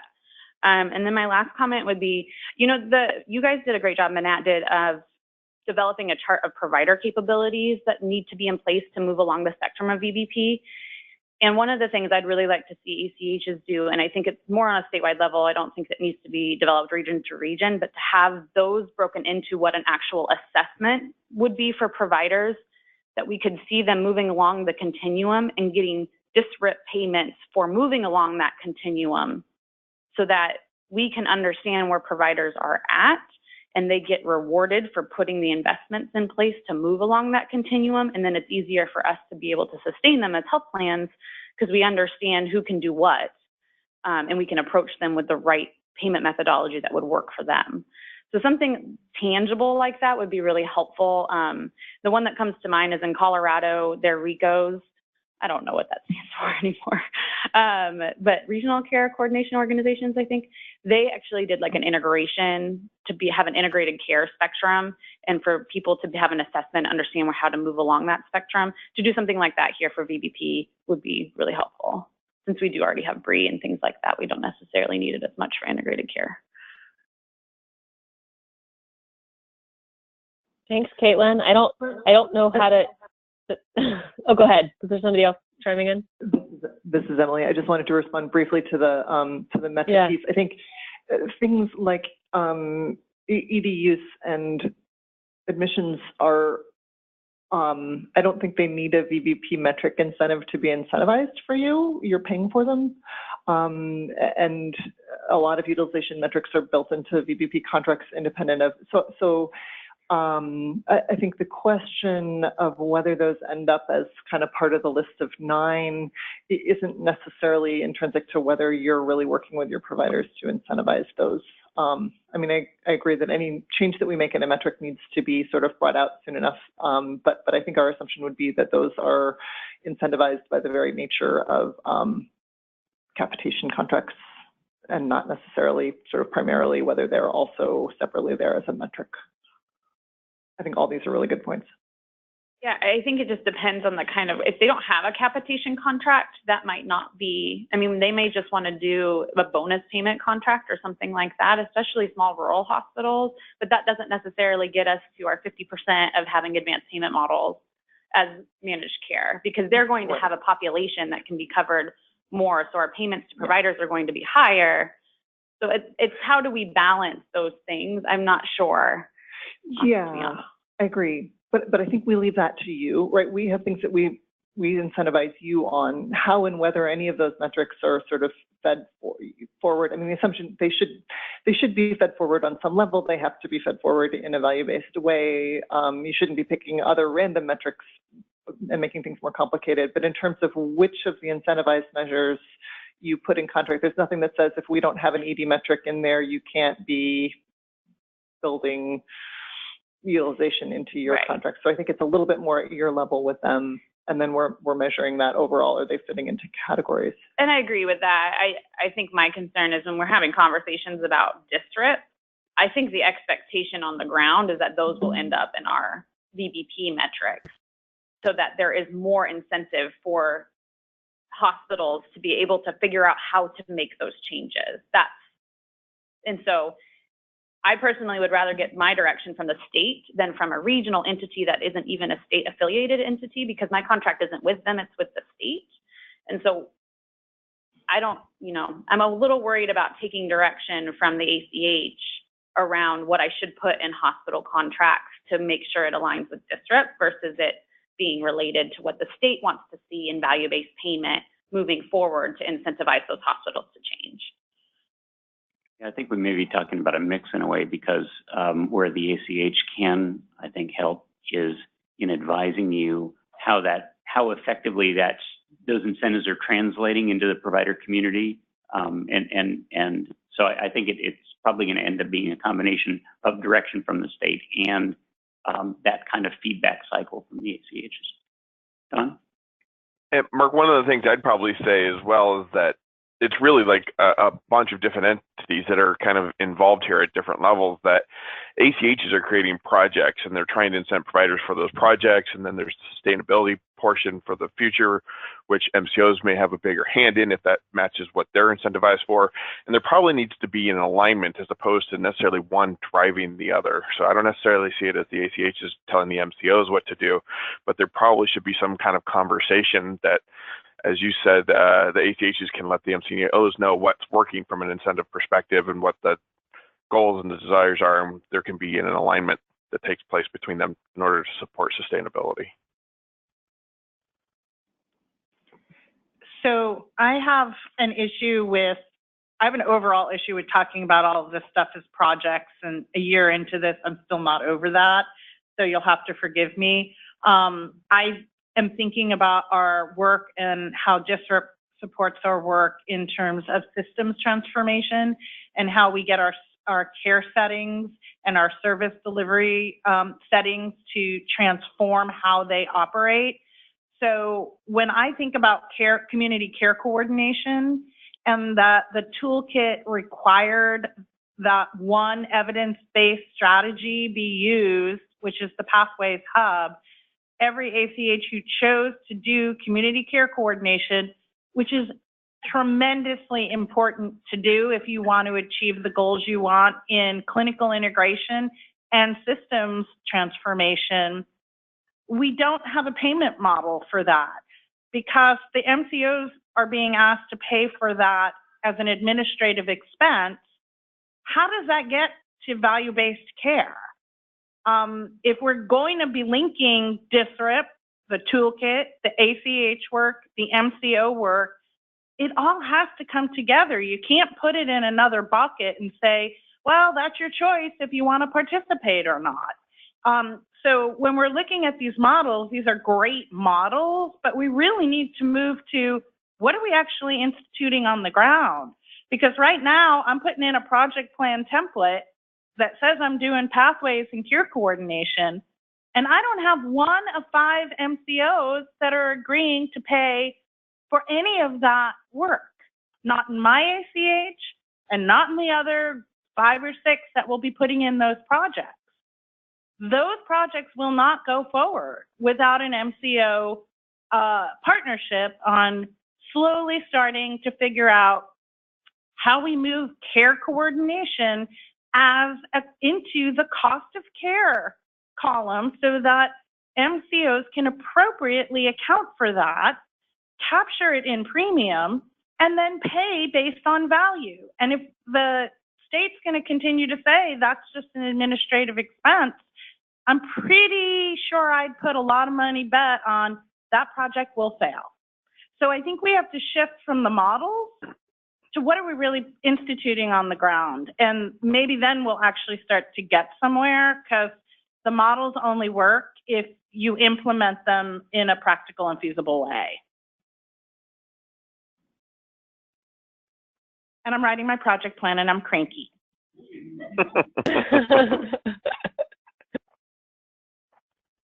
No, I think what you're saying is, Don, what you're saying, I think, is exactly the point I was trying to make, which is really there has to be some kind of an alignment where the rubber meets the road between the projects and all of this. And I think for things to become sustainable, that alignment needs to happen. So can I ask a clarification question, perhaps, and these are somewhat meta questions, because I'm just trying to think things in my head, which is really hard to do because it's kind of small up there. But the point is, one question is, there's confusion now over with some ACHs that I'm seeing and hearing about. They will become the fiscal manager of contractual. They're going to take care of the funding. I think it might be some confusion over their DSRIP funds coming through on that. So for sake of clarity, is it true that the ACH's funding is solely related to the DSRIP funds and they will not be managing contracts for providers in their regions? Is that correct? I got head shaking, so that must be confirmation. Okay. So, and then the second part is that as the ACHs perform their magic and miracles and bringing folks together and with the convening and all that, is it true or not true that the ACHs are really timelined to then dead end after the end, and once the DSRIP funding ends, that essentially they go away? As a reminder, the ACHs were established actually prior to the demonstration under the SIM grant. The DSRIP funding ends at the end of 5 years. That doesn't necessarily mean, and many would hope it doesn't mean, that the ACHs cease to exist. But you raise a good point. There's a sustainability question, both in terms of the delivery system reforms and a sustainability question with respect to the ACHs as community entities. Yeah, I mean, as far as the administrative overhead and all the pieces to sustain the ACH, I don't know where that stood as far as who's going to support the continuation of these entities that have been created. So Joe, I'll just throw two things out. One, for clarity's sake, because I was shaking my head pretty hard, and I think you saw me, and I want to be clear. The ACHs will not have any interaction or come between the MCO and provider contracts. Completely separate. ACHs will have contracts with partnering providers who are participating in the transformation project. If they want to receive some of these DSRIP funds, you will have a contract with them, but that's between the ACH and the partnering provider and is not linked in any way or have anything to do with the MCO contract with the. And it's a time-limited contract based on the DSRIP funds to do the delivery change. It probably will be around a 7-year contract or 6-year contract because the DSRIP funds in year 5, many of them are based on 75% of the money for year 5 is based on outcome metrics, which the state will take somewhere between a year and 18 months to analyze and finalize. So those funds probably won't be paid out until year 6.5 plus. So those contracts will be for work to be done within the 5-year project with a tail to allow for payment based on criteria all the way through probably year 7. So those contracts are different from the contracts with the MCOs. And with respect to sustainability of the ACHs, it's always been, at least my belief, that we've got 5 years to prove value add and to develop revenue streams and to develop sustainability plans and a business model for why you should have ACHs hanging around after DSRIP ends. So I think that's really on the ACH and their community to define what that value proposition is and how that value proposition will continue to be funded post DSRIP dollars. Okay. I want to be conscious of time. There was a question that was asked via webinar, which I'll read. DSRIP funding will not be sufficient to fund infrastructure investments required for transition to VBPs. Adequate funding requires providers retain benefit of lower costs How will we ensure payers do not siphon off gains achieved by providers' efforts and investment?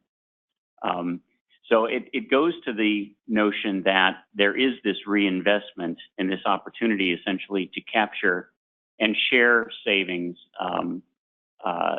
So the question advances a particular point of view. It'd be interesting to hear from those around the table whether that point of view is shared. In other words, what is the potential for reinvestment of savings to enable providers to continue those advances that are achieved under DSRIP?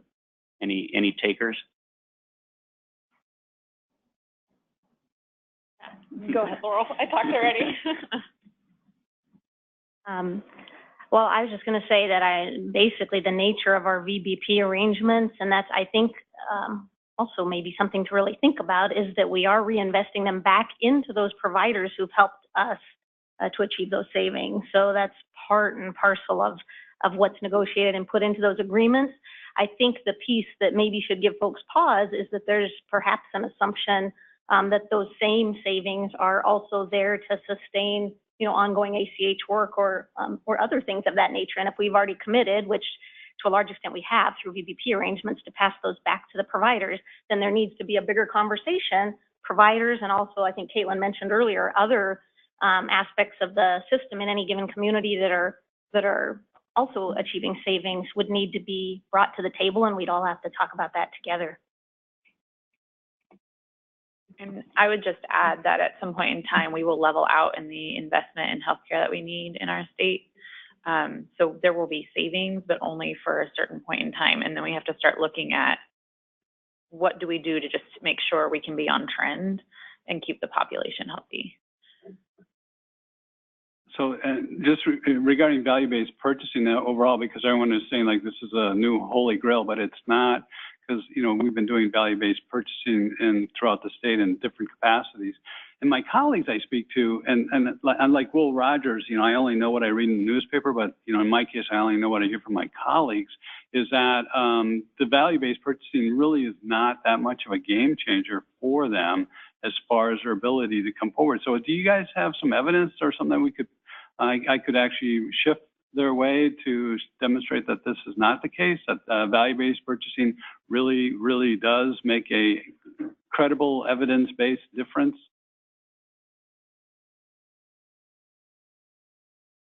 Going once, going twice. This is Haley on the phone. Can you guys hear me?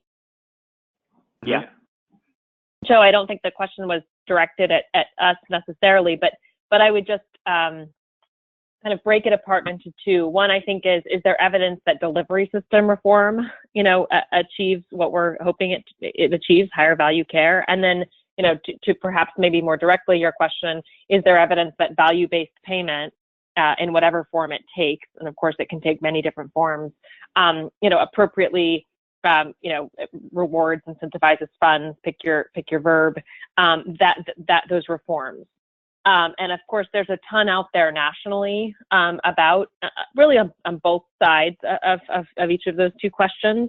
But obviously, we wouldn't all be moving toward delivery system reform and VBP if it wasn't where we should be going.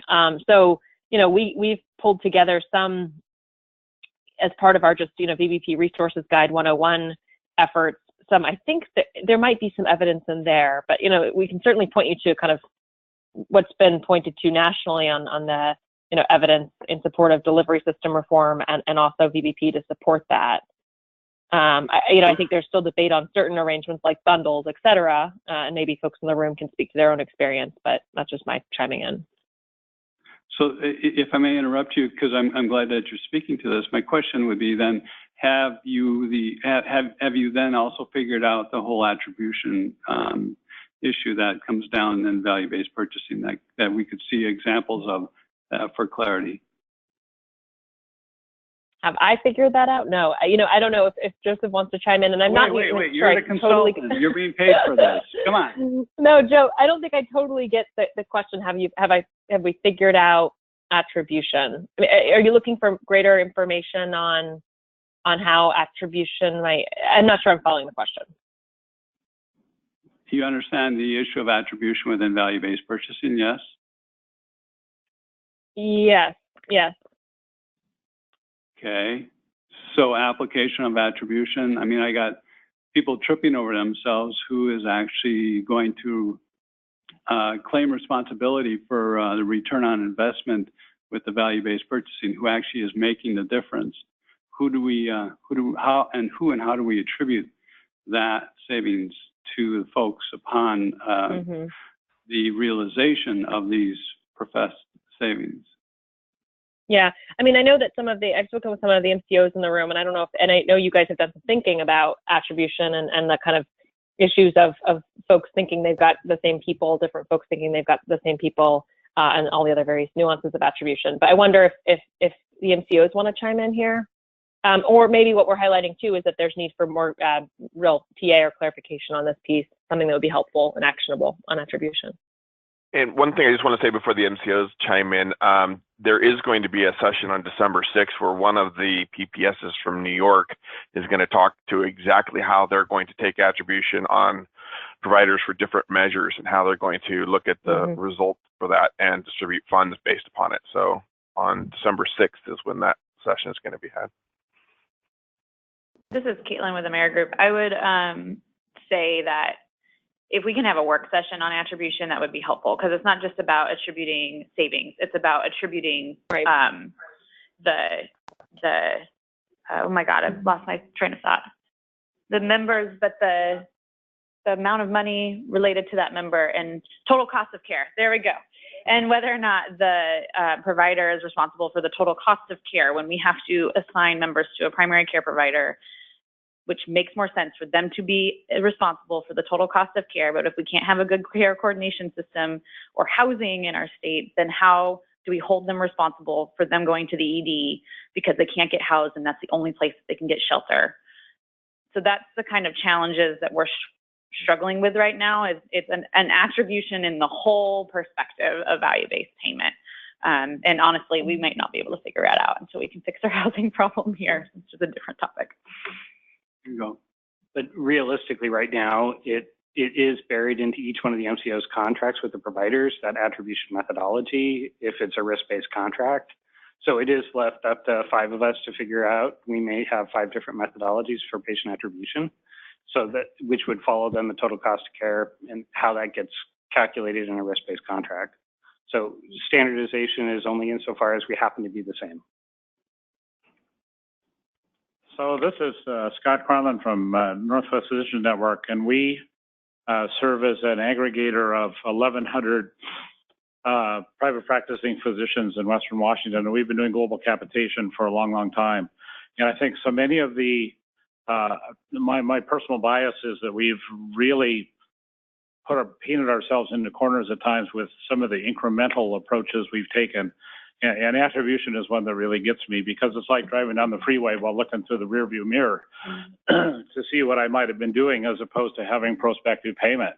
And going back to slide number 9 that Haley showed here, this is as an IPA and as a managed care company, we do both 1 and 2 in terms of the payments. So we take global capitation. We know who our patients are. We invest in our own infrastructure to support the practices so that they can achieve the goals in number 1, whether that's incentive-based payments and infrastructure support, care management support around quality, collection and management, population health, and whatever. And that's the world I live in, being in an IPA world that was defined by the Federal Trade Commission in 1996. But the point is, we have been able to create a sustainable model. And to this point, the DSRIP money could be very, very helpful in helping build the infrastructure, because it took us probably 5 years of hard work to really develop a mature nursing care management system, and then ultimately to add behavioral health into that model. But it is sustainable. It is sustainable on a prospective basis, because you are properly incentivized when you have to provide all the care. I have to pay for every emergency room visit, every doctor visit, every hospital visit, every nursing home stay, every wheelchair, every oxygen bottle, et cetera. It changes how you think about, the world. And because we've taken this incremental approach around shared savings models and things like that, that ultimately there won't be any more savings to, you know, to pay for the rewards that we think are going to come. And we'll always be stuck with this patient attribution issue with lots and lots of argument. So, you know, the thing to do, and particularly it's worked well in the Medicaid world, is to get on the front end of that. Know who your patients are, you know, and have the resources in place and build the infrastructure that's required, and you'll have a sustainable model, because we've been doing this successfully since the outset of, you know, healthy options, you know, 20 years ago. So I guess that's what sort of frustrates me in these conversations, is it seems like we're really afraid to really, you know, take the big leap that I think is going to create a sustainable model for us all. Thanks, Scott. And that might be an appropriate point at which to close this discussion. It also tees up our subsequent discussion, because you'll see when we talk about survey results and identification of barriers that data, access to data, and especially access to data about populations really rises to the top in just about everybody's response. So I do want to be mindful of the clock and also mindful of needs for break. Would it be okay with folks if we take about a 5-minute break and then reconvene? Is that all right? Not seeing anybody object. So let's be back. Let's see. I'm going to look at the clock that's to my right, and let's try to be back. About a little bit after 10 till. Thanks.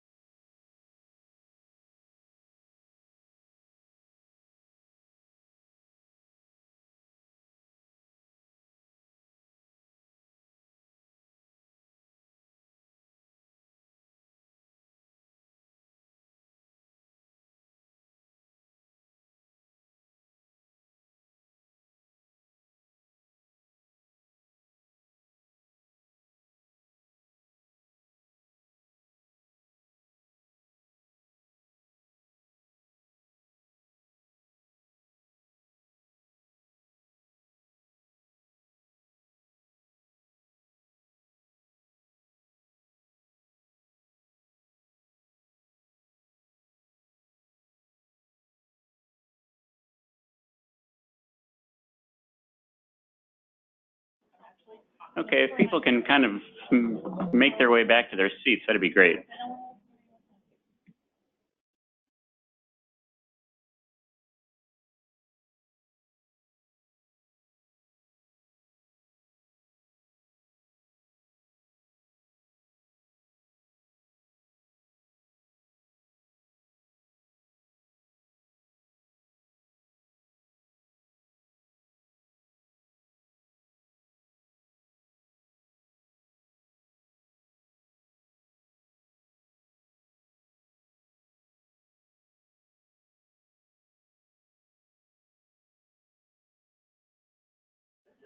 I do want to extend an invitation to people who are sitting in the harder chairs to come sit up at the table if they'd like.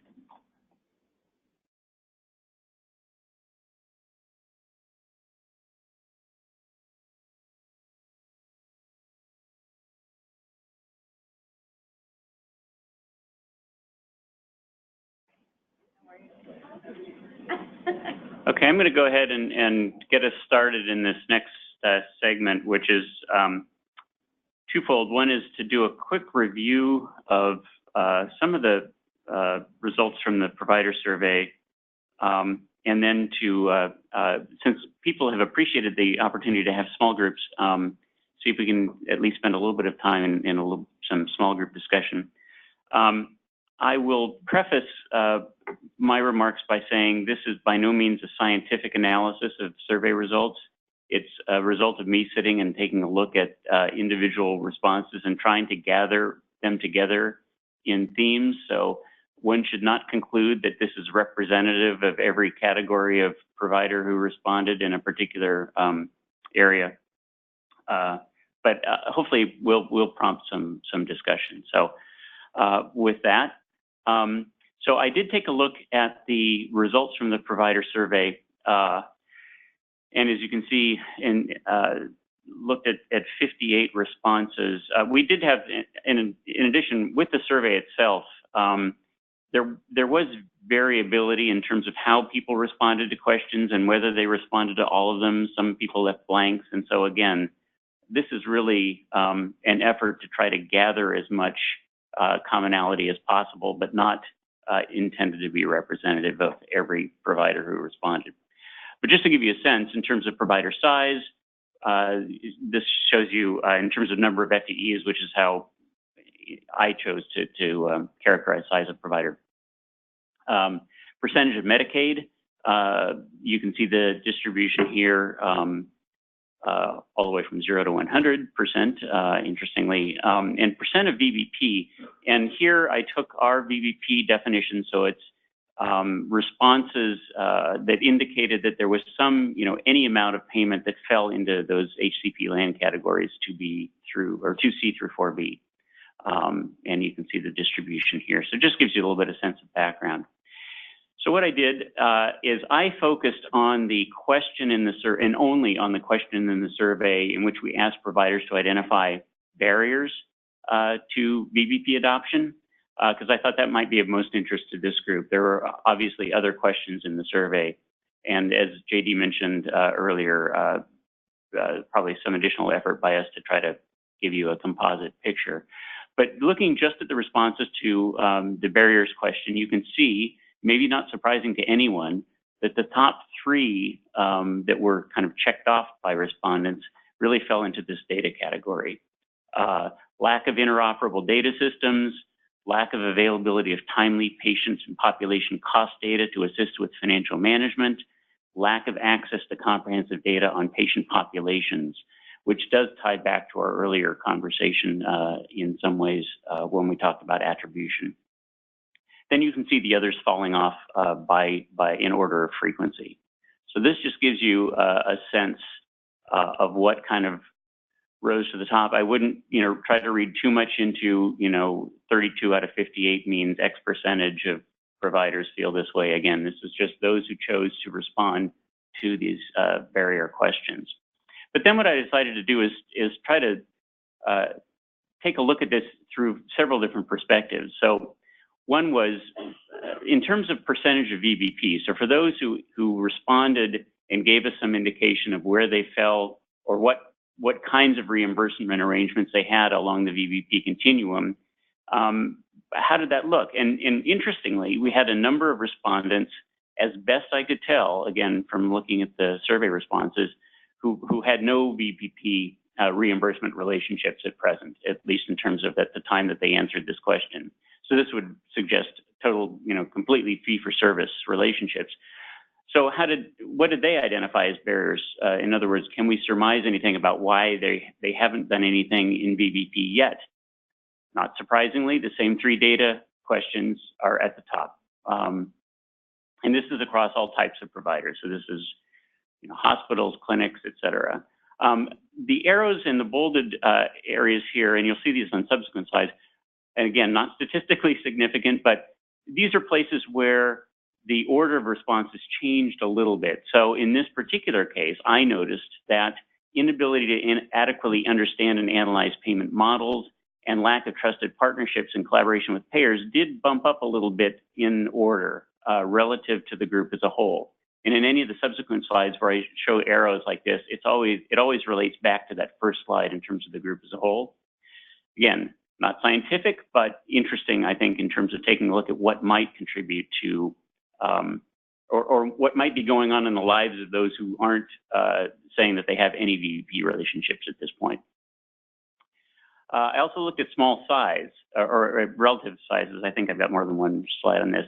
So in terms of smaller groups identified at least by number of FTEs, here again, one that bumped up a little bit in order is inability to adequately understand and analyze payment models, which could be, and I'm reaching here, but could be suggestive that if you're a smaller provider group, you just don't have the resources you can devote to the kind of analysis you might feel you need to do in order to enter into these kinds of relationships. But again, the same data issues are really at the top of the list. And you'll notice that some of these numbers are small. This is an N of 20, so again, not a statistical study, but perhaps of some interest. Looking on the other end of the size spectrum at those greater than 100 FTEs, this looked really pretty much consistent with the group overall. So nothing here that really kind of jumped out as I did my kind of optical scan of the responses. Looking at percentage of Medicaid, starting with those indicating the highest levels of Medicaid reimbursement. Here, the down arrow indicates that, interestingly, this one kind of dropped in order. Insufficient patient volume by payer to take on clinical risk, which is kind of interesting. And again, only 3 respondents here, but it could suggest that at least for those with higher proportions of Medicaid, it may suggest that there's enough of a population database to actually make sense to take some level of clinical risk. So when we think about providers and their adoption of VBP, it might be important to think not only about the total population served, but how much of that population aggregates into different buckets. Do a lot of them aggregate into the Medicaid bucket, for example, and does that make it easier to enter into these kinds of relationships? Don? Does this include all providers? Because I'm wondering if all providers you answered. The point I'm getting at is I'm wondering if FQHCs responded, if that's skewing your results. FQHCs with the Medicaid population are very differently situated than our other providers. So trying to draw conclusions about size without knowing what the payment method is and what their reimbursement rates are could really throw us off. Sure, and you're pointing out some of the flaws of this kind of limited analysis is that there are other variables, and given that there were FQHCs among the providers who responded, you could very well be right. Not meant to be conclusive, just suggestive. Looking at in the middle of the Medicaid pack, nothing here kind of remarkably different than the overall responses. At the lower end of the scale in terms of percentage of Medicaid, couple bump up a little higher on the scale, insufficient patient volume and lack of consumer engagement. Looking just at the hospital respondents, interestingly here, greater frequency in terms of insufficient patient volume by payer to take on clinical risk. To Don's point, among the hospital respondents are a number of small hospitals, and it may just be a matter of not having enough of a patient base really to engage in risk-based relationships. You get to the point, if we started trying to carve this into finer and finer levels of detail, I'd be sharing individual responses with you, and we didn't really want to do that. So, and then also one that bumped up a little bit higher relative to the overall group is lack of trusted partnerships and collaborations with payers. But there again, it may be more a matter of what types of hospitals were responding to this question in general.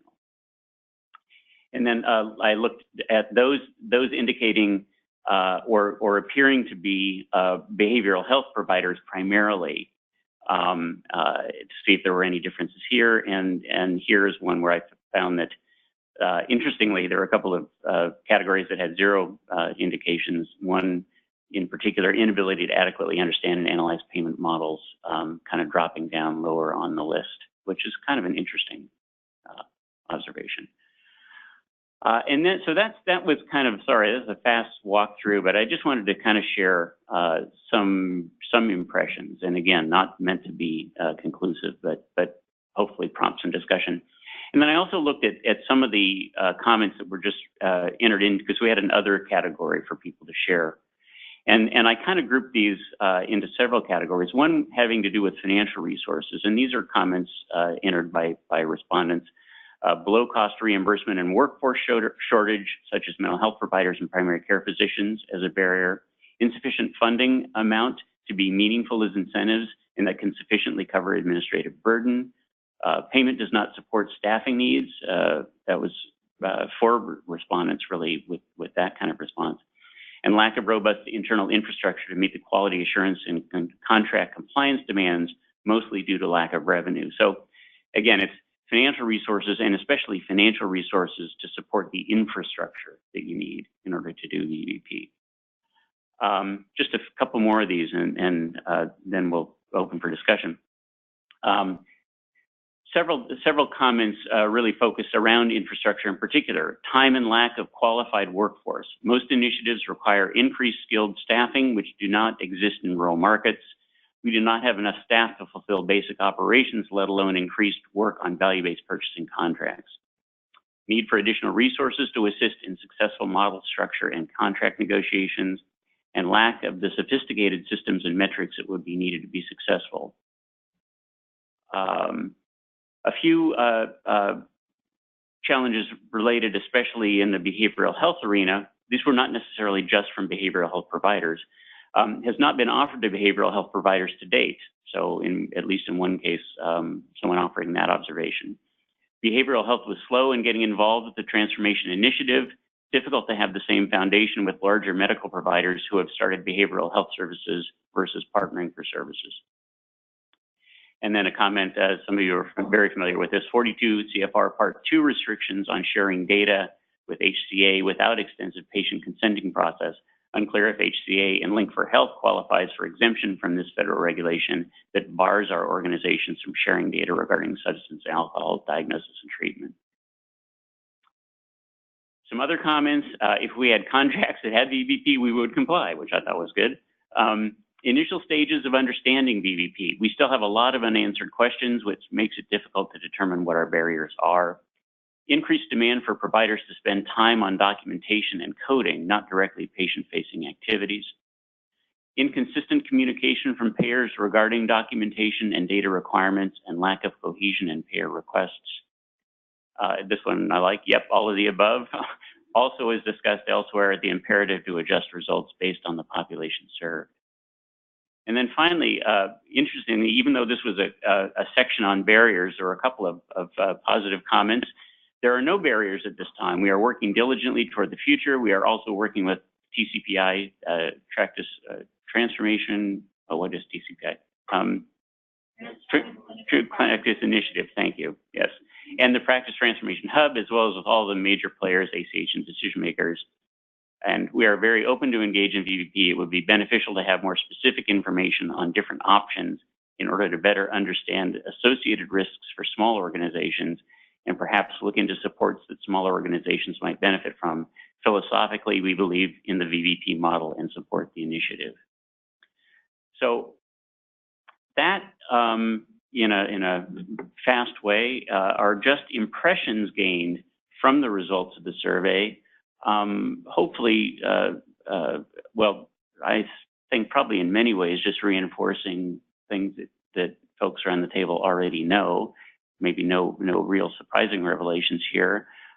Again, interesting to see that kind of across different provider types, different provider sizes, different levels of Medicaid, those data requirements really pretty consistently rise to the top when people identify barriers, recognizing that it's often very easy, regardless of the question, to say, well, if we only had more data or better data, we could do this better. But I do take seriously the fact that there is a need to know, and it gets back, I think, to some of the earlier conversations and some of Emily's comments as well. It's essential that you know what you're achieving relative to what's being invested, and until you can have a better sense of how to measure those results, it does make it difficult to kind of jump onto the VBP bandwagon.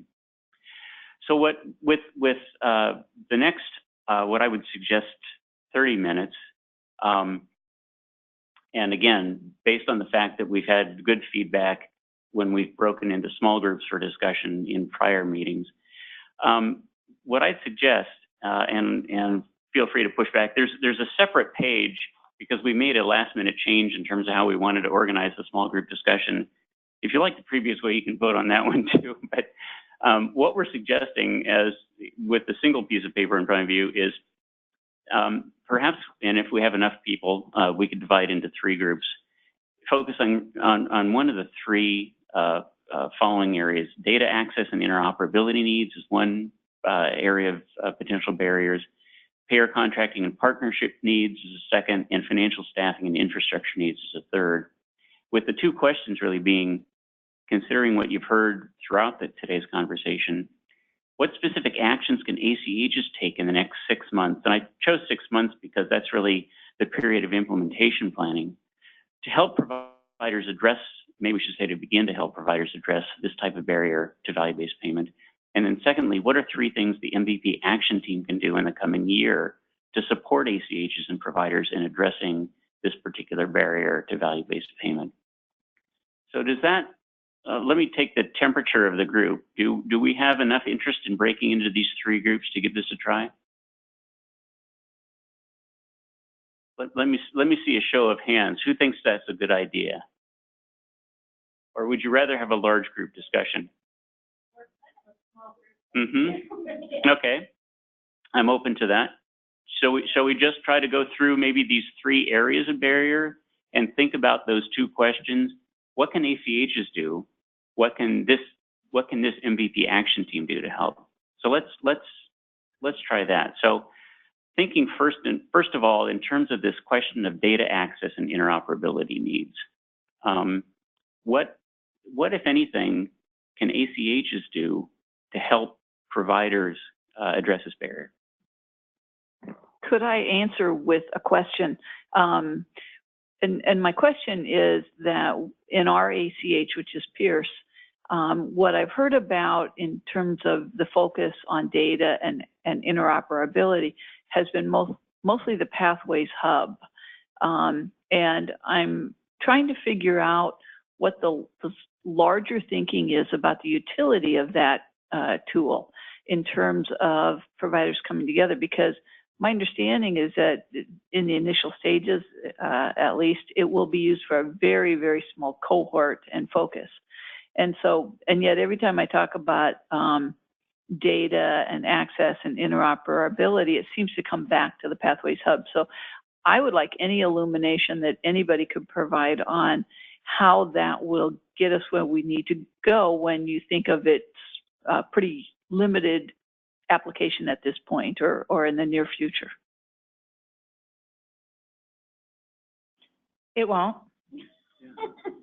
The Pathways Hub is a means to start collecting and sharing community care coordination, linking folks to social services, community-based organizations, ensuring that the social determinant of health issues are being looked at and connected so that we're not constantly treating folks for health problems that are really a miss on connecting them to more broad services.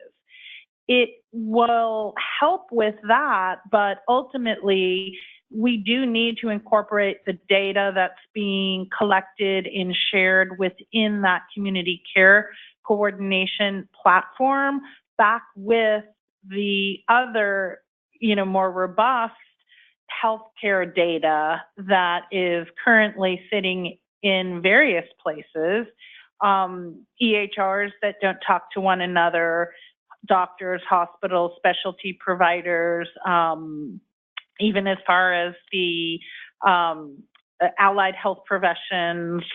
Everyone's got an EHR now. Well, not everyone, unfortunately. Those who do have various systems that do and do not have certain capabilities. And many still, especially in our rural areas, not only don't have EHRs, but they don't even have last mile connection to the internet. So, when we're looking at the picture of what are we really talking about with data and interoperability, you kind of have to look at it problem by problem. And in Southwest, we've approached it mainly from if you want to achieve clinical integration, especially looking at the bidirectional clinical integration project, and I like to use little p project, getting providers to integrate clinically if they cannot be co-located working off of the same electronic health record means you have to have a means by which you can share data. And right now in the state of Washington, we do not have an effective way for providers to share data. The state has spent a lot of time investing in the clinical data repository, but I think there's good information that that's not working for our providers across the state.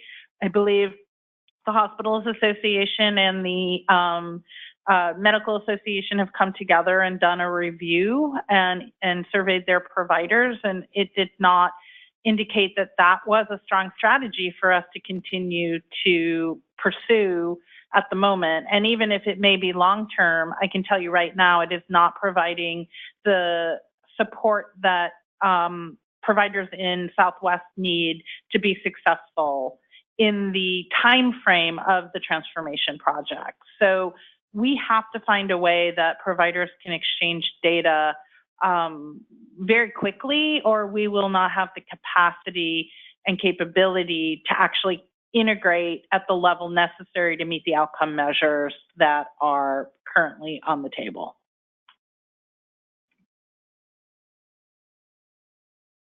Thanks, Caitlin. Bob Perna, WSMA. Just a couple of quick observations. Also working with the broader practice transformation efforts, and I think one of the key lessons is that it's both clinical transformation and it's operational transformation.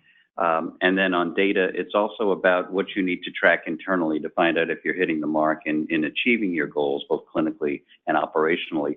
But it's also the ability to transmit information out to your external partners. I think those are some of the key lessons going forward.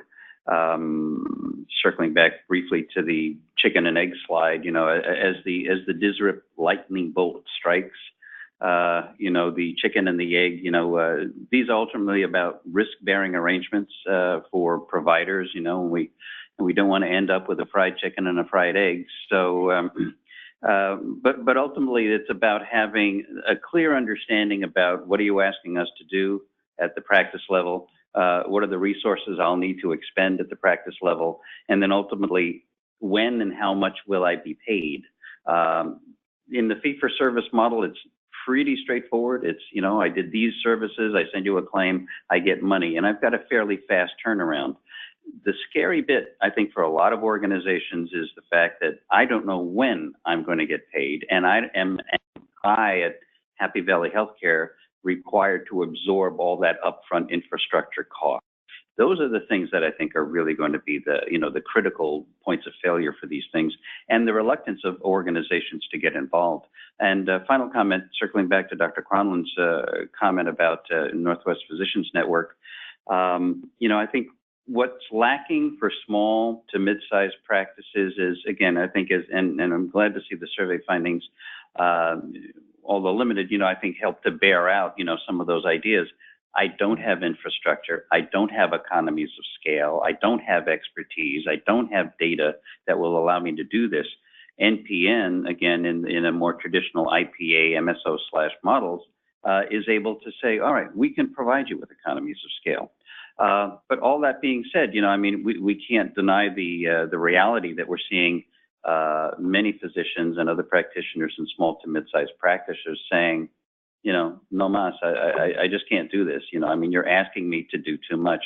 And again, this is not just about Healthier Washington. It's about macro, it's about commercial marketplace, and all the variation that happens within those different frameworks. So to move from a problem statement to a solution statement, what the Medical Association is, we're working on is to at least start to raise people's awareness of this is what value-based payment is. It's not just macro, it's not just MITS, it's not just Healthier Washington, to give people some foundational learning. And I think also to Caitlin's point about we really need to do a certain amount of both modeling and instruction on this is how you actually succeed or not succeed in these models. I think the convening sessions that we've had have brought forth a lot of information, but ultimately it's about a toolkit that allows Happy Valley Healthcare or some organization to work through those models and figure out, okay, does this pencil out for me or not? When am I going to get paid? How much do I have to absorb? What are you asking me to do? So we're trying to make that as real as we can, and we're working with some consultants on that to try to address this. Thank you. This is Caitlin. I would start by saying there is a missing role or missing entity here, and that's the state. And I don't mean healthcare authority. I mean the state government, the governor, the legislature needs to do something about the fact that we don't have internet in certain parts of the state, in certain frontier areas where some of our providers and our tribal nations can literally have their internet go down for 3 days, not have it come back up, and still not be able to transmit data for weeks afterwards. That's a problem. We need to fix that. And it needs to be an investment that our state makes in the system, not just for healthcare, but generally for people's quality of life. I also think we do need to have a conversation about what data looks like across the state and how we do have a more effective health information exchange, or what, if that's not going to happen, what kind of common elements each region needs to have so that we, as a statewide entity, and not connecting to 9 different kinds of systems. That's not going to work for a lot of statewide entities. It's not just the plans. I already have to submit claims data to multiple dumping grounds that have produced nothing. So the CDR, we have to submit data to that. It's not real time. We have to submit data to the Washington Health Alliance. We have to submit data to the state. And so if we have to do that 9 times over, also, that's a lot of infrastructure and work that is duplicative and wasteful. From the ACH side, though, I really do think that there are some specific, and North Sound actually has done a great job at investigating this, looking at investing in pre-manage, which is the CMT shared care plan platform for every provider, and working with CMT to make sure that it has a structure that can work for multiple different types of care, including behavioral health. And CMT has been really receptive. My understanding is, because North Sound has actually talked to them about trying to adjust it. So working with them now, I think, would be really helpful. And additionally, if we can have a phased approach of doing revenue loss, to go to what Bob's talking about transitioning from a fee-for-service payment when you know when your payment is coming in, to not knowing when it's coming in, and at least having a revenue loss payment for that. I don't know how to actually build that into funds flow, especially since ACHs won't be getting paid in a real-time manner, and it's coming every 6 months or every quarter. No, it's worse than that. Yeah. But as long as it's phased, I would be really comfortable with that. I don't want it to exist past the demonstration because that honestly sets us up for having to do that, and it actually doesn't lower costs. And then the last thing I would say on the state side, I forgot to say this, we have like fantastic technology companies in our state. Like Google sits here, Amazon is now getting into healthcare, they've bought pharmacy licenses everywhere. So I think we're about to see them break into the industry in a way that is going to change everything, like they have done in every industry that they've broken into. So what can we do to capitalize on the innovation that's happening in healthcare under DSRIP and bring them to the table now to actually develop something so that it's not all on the state to develop the funding mechanisms to pay for a data exchange. We can get some of these more innovative partners to help us brain or think tank on it. Yeah, this is Scott Crumlin. I totally agree. We use pre-manage with our Medicaid population, started to, and it's really helpful. But I think when you think about this whole data question and where the ACHs might play a role, I think we need to think about, people use that word data and data exchange and data access and interoperability, and they all mean something different. And I think one of the things the ACHs do could help sort that out. Let me give you an example. The notion that, especially dealing with vulnerable populations, many of our interventions are nursing-based, community-based, designed to really, address social determinants of health. And so something that is like pre-manage or something is a way to that's one level of conversation that's going on. Another level of data is around population health performance and measurement and reporting. Another is, exchanging progress notes amongst providers. And I think there's actually, if we really spent some time thinking about this, there's probably a sequence to that. At the end of the day, which of those is more important? Because we're not all on Epic. I deal in a psychotic world of 49 EMRs across our network. And trying to share clinical information is a real challenge and requires a lot of innovation. But the point is, how much of that information, how valuable is that at the point in time for this population, when really the issue is, how do we make sure that vulnerable populations have safe housing, safe food? Those are the kind of things that actually drive acute behavior or acute care, because at the end of the day, in our society, the way we've structured things, you end up in one of two places or both, which is an emergency room or jail. And so when we think about this data, it's one thing from a physician perspective, say, I'd like to be able to read each other's progress notes, but that may not be step one. Step one may be really trying to meet these populations at a more fundamental level, and then seeing how, from a public health perspective, how are we actually performing around, health screenings and the like, knowing that each of those has a different solution, probably has a different time frame, and certainly has a different budget.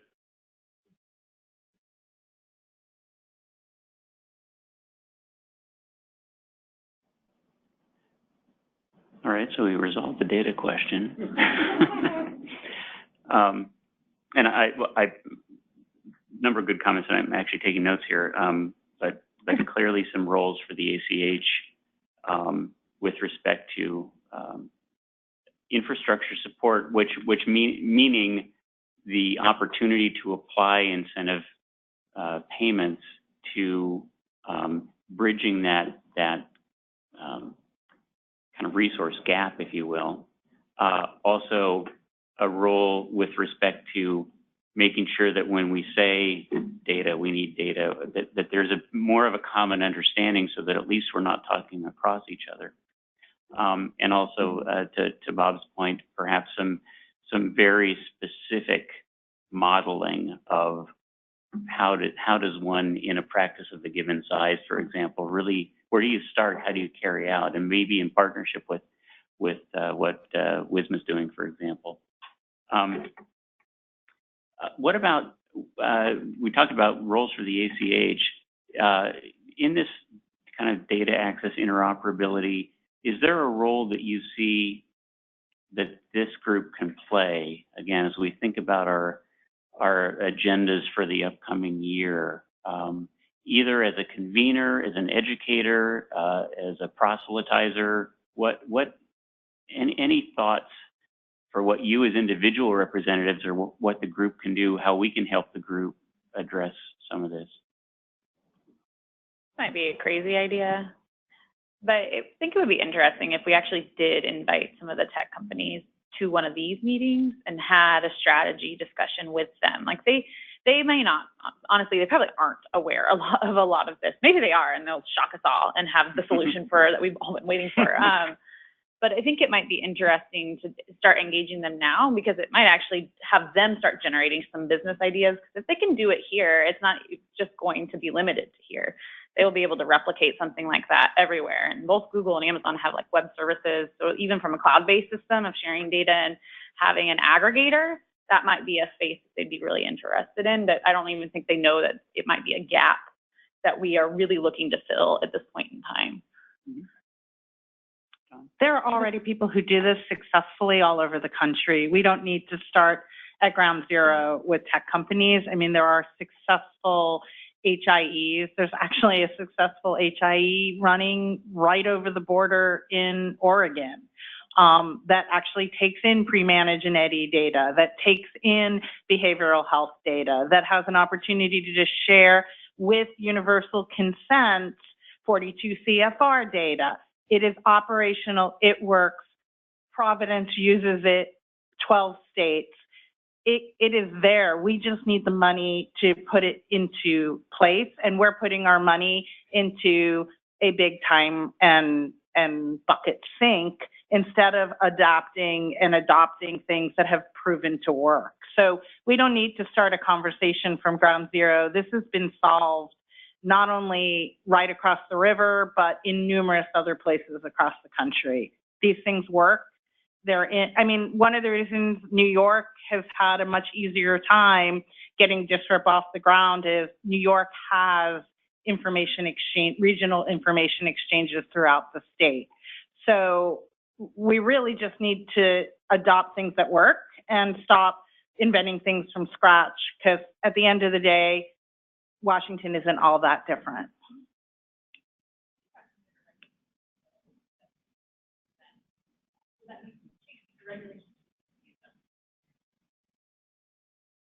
Mark, to Dawn's point, then can we have Manat or somebody scare up, some master list of what's working where? Yeah, that's something we can certainly look into. And to Dawn's point, I think you're at a point that if you don't begin to develop something strategically at a statewide level, you're going to have conversations convened regionally by ACHs that may or may not be aligned in that way. So this is a time of opportunity right now.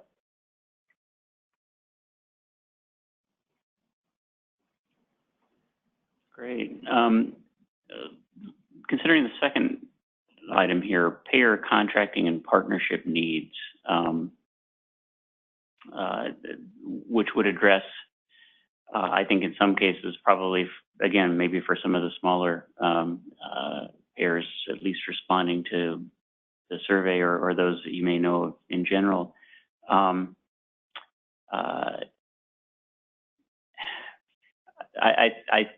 think what I was getting at in putting it this way is that it's both kind of the structure and the nature of what goes into a contract. How do I know as a provider what I need to again, where do I start? What components do I need to have in my agreement?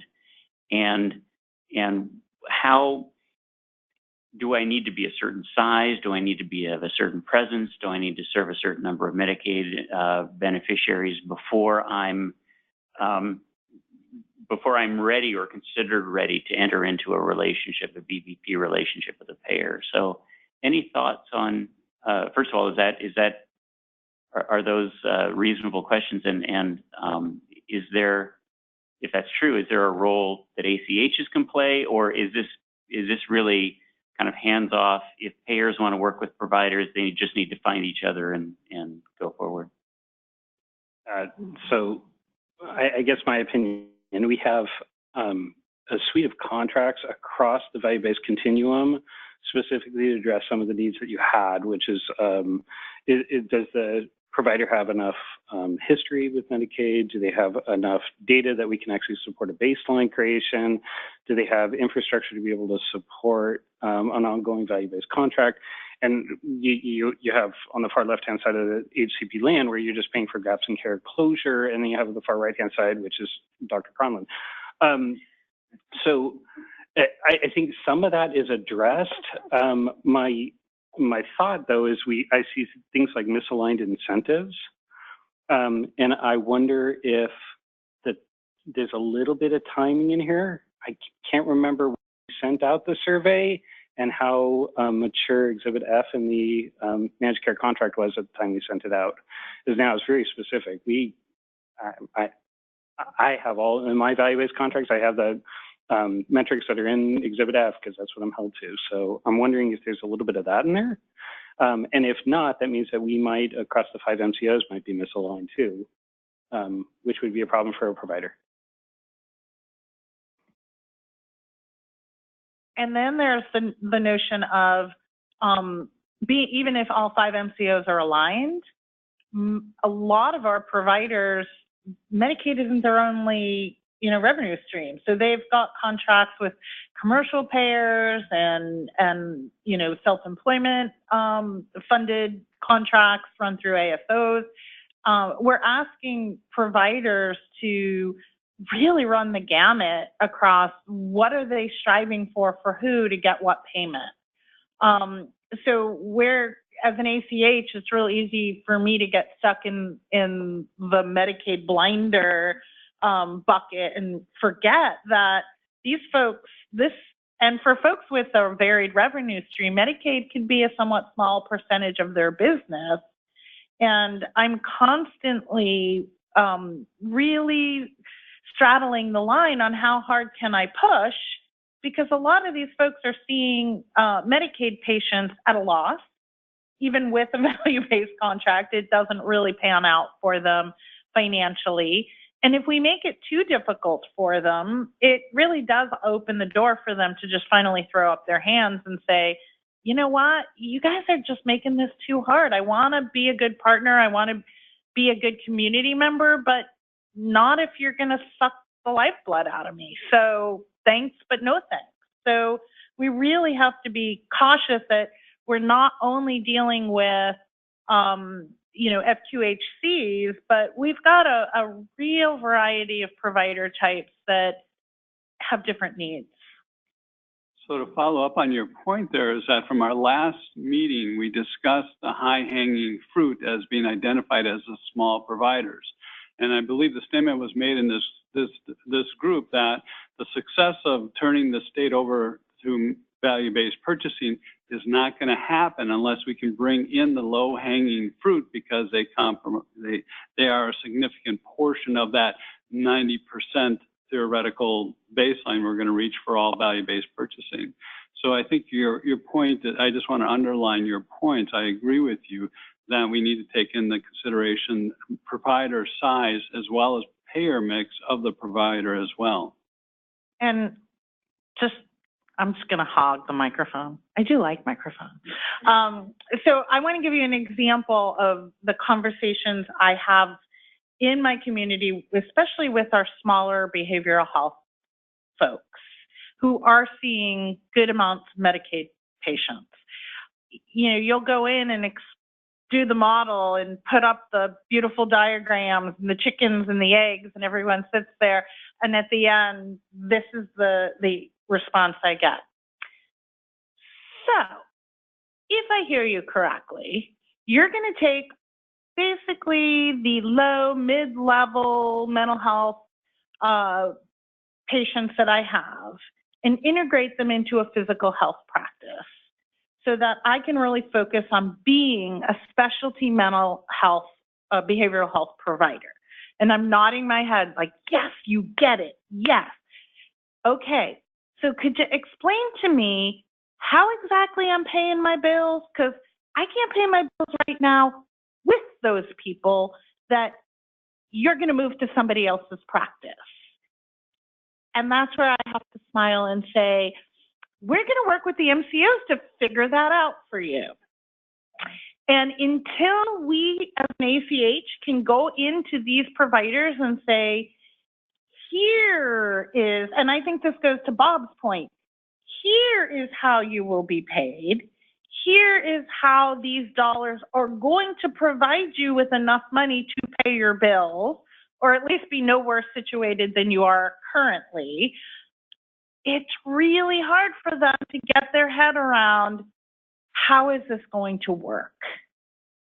Yeah, and thank you for that. I would add, you know, again, I think it touches on a couple of points. First off, it is about both clinical transformation and operational transformation, and you can't have one without the other. But also, you know, to Mark's earlier point, and maybe it bleeds into point 3, is how do we make this concrete for people? In the convening sessions, there were some good materials that said, here are the things that you need to succeed, you know, and it laid them out in, you know, in fairly generic form. And what we're thinking about now is like, all right, we need something that's actually, you know, we're talking about the different variables. It's almost like a calculator. All right, plug in the number of Medicaid patients you've got, plug in the revenue, plug in the number of visits that you've got, push the button, bada boom, you know, yes, this will work for you, no, it will not, or you need to affect certain variables. And we're not there yet, but I mean, you know, having a magic wand, that's the sort of thing that at a organizational level, I would say, aha, I see, this isn't going to work for me because I just don't have enough Medicaid patients, or this will work for me because of thus and so. But ultimately, it's going to turn on that multivariate analysis that lets you figure out whether or not this pencils out for you or not. So if there's a way that we can, you know, link together and actually make something like that a reality, whether people will use it or not, I don't know. But I think they're not fully informed and have the operational expertise that they can conduct those sorts of analyses on their own. Mark, because point number 2 is about payers, and also because I have some sympathy for my MCO partners that are here at the table and who trek all the way out to you know, the North Sound region and other regions to attend various ACH meetings. One utility I think this group could have, if it's possible for the payer sector and Medicaid managed care organizations to come together or present separately about some of the things that they are seeing in perspectives that they have about themes that they're seeing across provider groups.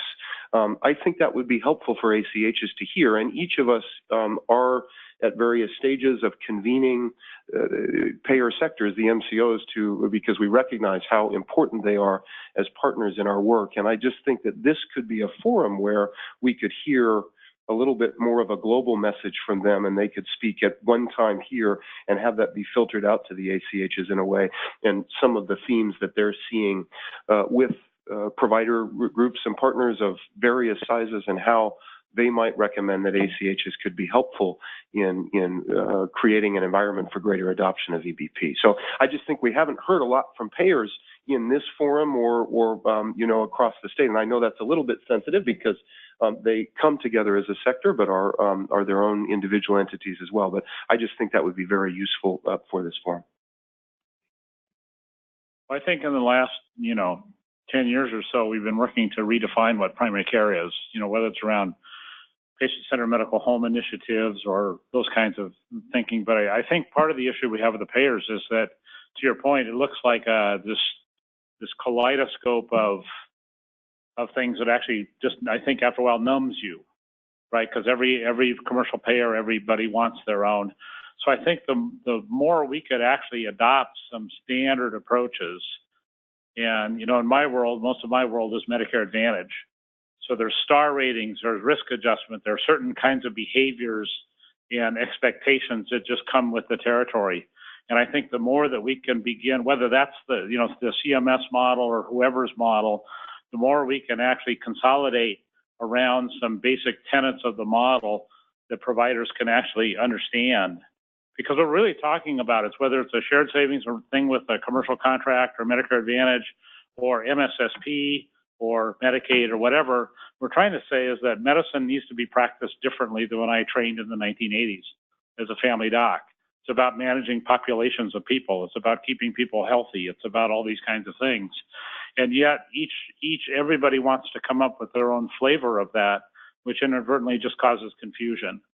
So why don't we just say, you know, let's have a star rating system for HEDIS and Medicaid. that sort of acts and functions in the similar fashion that the star rating system does in CMS, or things like that, because that's where we're going to gain some traction, I think, in actually changing behavior and reducing the amount of confusion and getting some, from a funnel perspective, get down to some endpoint that said, this is really how primary care, is to be provided in today's world. And if you want to be part of today's world, these are the expectations. And fortunately, there are resources around to help you, to help you do that. But I think that's part of the problem too. We create our own confusion while we're trying to create market differentiation or whatever it is that we're trying to do, when there might be some common models that we could actually bring together in a way that physicians, because once you get to 30-40% of a physician's penetration, independent of the payor, you'll see behavior change. It's been proven over and over again, back in the 90s even.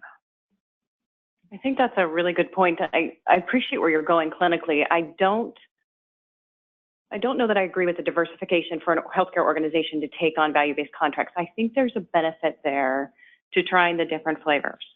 I think there's a benefit from a business model standpoint to determining what works with the commercial payer versus the Medicaid payer, and that's something that Summit Pacific has experienced anyway. But I appreciate that once you have a value-based contract of some magnitude or some type, that you're able to go in and say, clinically, this is best practice, and clinically, this is how you do provider engagement, and this is how you do patient engagement. Those tenets aren't different. The payer differentiation, of course, comes when you're talking about critical access hospitals or someone up and down the I-5 corridor, and that can't be ignored. One of our barriers, it's probably outside of the scope of this, commercial payer. Then you go into arrangements with the commercial payer or attempt to, and you absolutely cannot get any kind of data at all for someone outside of that risk pool. And so then you're practicing the value-based concepts, but you're going into it completely, totally blind. So thank you for those comments. Yeah, I don't disagree with what you're saying. I just think, though, in general, at a high level, as a physician, what do you want me to do? Here's your population, take care of them. Recognizing that their needs vary based upon who the payer is or their age and demographic and everything else. But the point is, I'm still expected to manage a population of people to endpoints. And I'm hoping that I get, not only just in terms of my clinical reputation, but also financially, rewarded as well, knowing that the details are going to be different. But the point is my point is, though, that I'm just trying to, because I deal with, small providers who have 20, 30 payer contracts. And after a while, they just don't hear you anymore because it's just it becomes white noise after a while, which is not what any of us want it to be. Well, and essentially, there's an ethical issue then if you are driving out a certain type of care for a certain payer type, but you're not delivering that same care to your other. I think that's exactly what you're saying. And again, the practice then as a whole has to adopt whatever strategy it is. Those that you don't have the value-based contract with are benefiting overall, and you're probably seeing reduced care, but the practice isn't benefiting then. Oh, Laurel? I was just going to go back to the attribution question that did come up earlier, because we are talking in VBP about managing a population, and there clearly is a barrier in terms of people understanding who that population is. And that particular challenge, I think, is even worse for the Medicaid population because of the fact that the Medicaid members can move pretty much daily, but at least monthly between health plans. So getting a handle for any practice, I know we've worked really closely with our PCPI practices. I'm looking over at Dr. Chalmers, but it's huge trying to get a clear understanding of who that panel is and being able to, invest the time, energy, and resources to make improvements really hinges on understanding and owning that population. And it's definitely a challenge that maybe the MVP action team could help with, but at a state level, I think there could be some help in making it so the Medicaid population doesn't move on a monthly basis and maybe has an annual enrollment period or something of that nature. Francie, we haven't heard from you directly. Do you have anything that you want to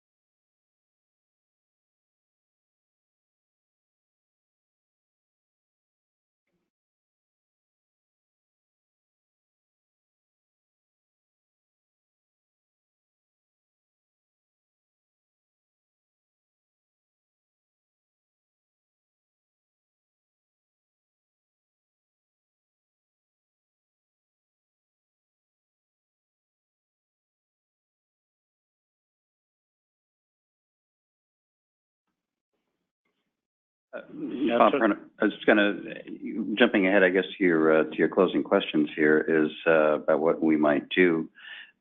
I think these conversations have really helped us to identify much more concretely what the barriers are. And so if I put this on some spreadsheet for myself, I would say, all right, so what are the actions that would actually help us move forward with these? So, I mean, if we could focus our efforts and at least get that laundry list out there of what the barriers are that we've learned from the survey, what we've learned from discussion, what we're hearing from the field, and then craft some strategies and some hard deliverables around that. I think that would probably at least give us something to react to in the near term and try to move it forward. Well, I don't want to lose sight of Laurel's comments about this whole assignment issue and whatnot. We have about 18,000 capitated lives, two-thirds of whom are in Medicaid.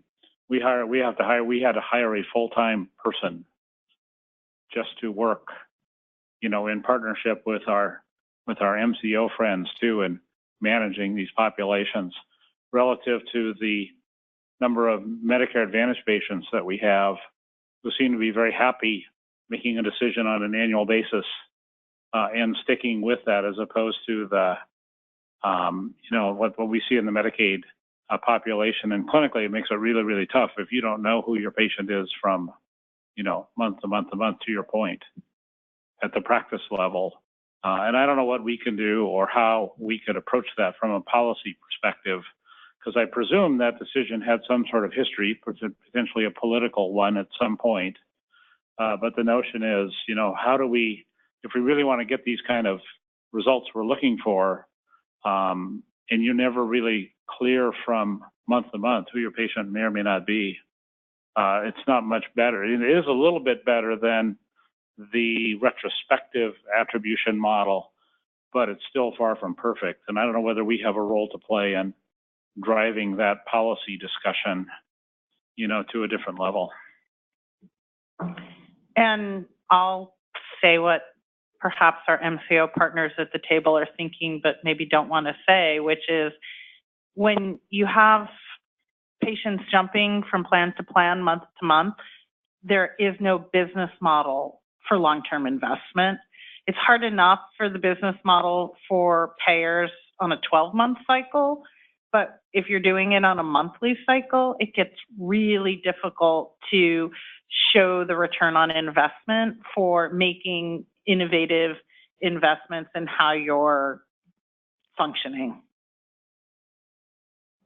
Sorry, Mark, I just wanted to add on the empanelment issue, again, if we're going to base metrics off of utilization, empanelment even becomes harder because then you're incentivizing people to come into the office and they're attributed, but then the providers are penalized for not getting people in the door, which is not necessarily what we want with the healthy population. So we have to figure that out. But on the financial, staffing, and infrastructure needs, I was at, as with Laurel and Kayla in the back there, at a North Central meeting yesterday, ACH meeting, and the technical assistance provider they've procured for making their change concepts a reality in the region was pretty fantastic. And one of the things that she said was, initial investments or incentives are great to get the word out there, but they don't actually create behavior change at provider level. So I think it would, as an action team, because this is just a gap in my knowledge, I think it'd be really great to hear from some of our provider partners about how you take the savings that you get and push it down to the provider or the team level to get them, and if they share in the incentives, and is that structure working? Because that's kind of the next step. Once we get the arrangements done, the next step internally is to pass those down. And how could an ACH help with that? Is there any infrastructure related to that they can work on, especially for those providers who are more advanced in the VBP space? Who was that presenter that you mentioned, Tito? CCMI was and her name was Connie Davis, yeah, which is not the Connie Davis in North Sound. Yeah, that would be, I think, a good discussion to have with this group, and I'd look to Scott, to you also to maybe contribute to that discussion with respect to how that works within NWPN.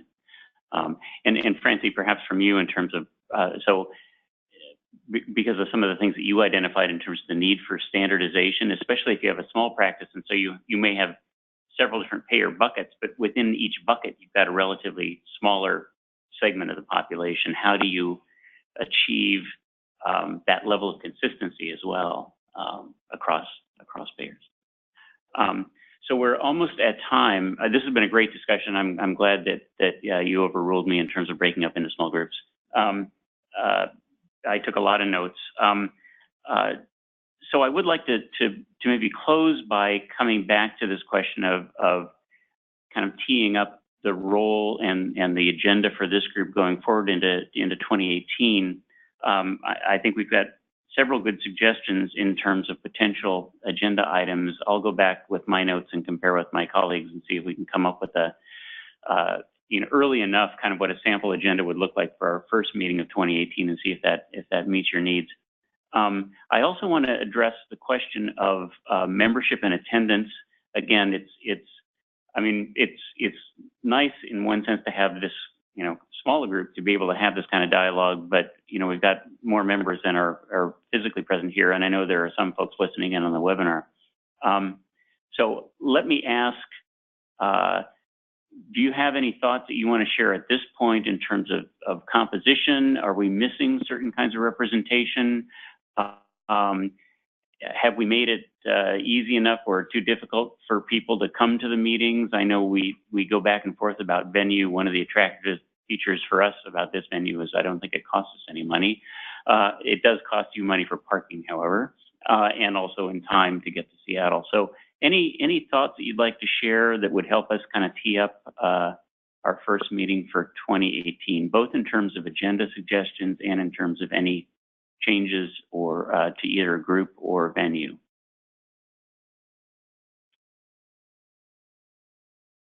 We did it at CTAC. It's a lot easier for those of us who do need to fly in. It's just another complication getting here. And I'm just going to keep harping on the issue around the inability to align the payment strategy for this single one evidence-based strategy that supports the community care coordination project in the toolkit, because I just want to take it to one more level and make sure you guys really understand the dynamics here. Without agreement from MCOs to support some of the pathways in that model, ACHs cannot sign contracts to implement the technology platform, because those are long-term contracts with a huge amount of money that gets committed that ACHs will be stuck eating if we can't figure out the payment model in the future. Payment models have to be figured out in advance before those contracts can get signed, which means the longer we wait, the longer it's going to take to implement the only evidence-based, approved, permitted strategy that was allowed to choose that project. So if we want to use that, then we have to figure out how to make paying for these services okay with the MCOs. And if it were included as a cost of care, which would then translate into true value-based payment, I think based on my conversations with MCOs, that would move us further down the line. And if that's not going to happen, I'm really concerned that I will not feel comfortable putting my name and committing my region to long-term, multi-year contracts for technology platforms that I have no clue how they're going to be paid for. Thanks. An agenda topic would be great to have an overview of what ACHs chose which project. And I don't remember when our meeting is. Do we have a date yet, Missy, for the? January 18th? 18th. January. So we won't know if any ACHs dropped projects. Probably we may by then, but just like an overview would be helpful. And the different interventions that were selected, because that's different too. Thanks. Any other suggestions before we close out? Well, I want to thank everybody for, again, a pretty stimulating discussion, pretty wide-ranging. Thanks for the commitment you've shown to coming here, to participating. Always feel free offline if you have follow-up suggestions to email me directly, because we do want to make these valuable not only for ourselves but for you. So with that, unless there's anything else anyone has to say, we are adjourned. Thank you very much.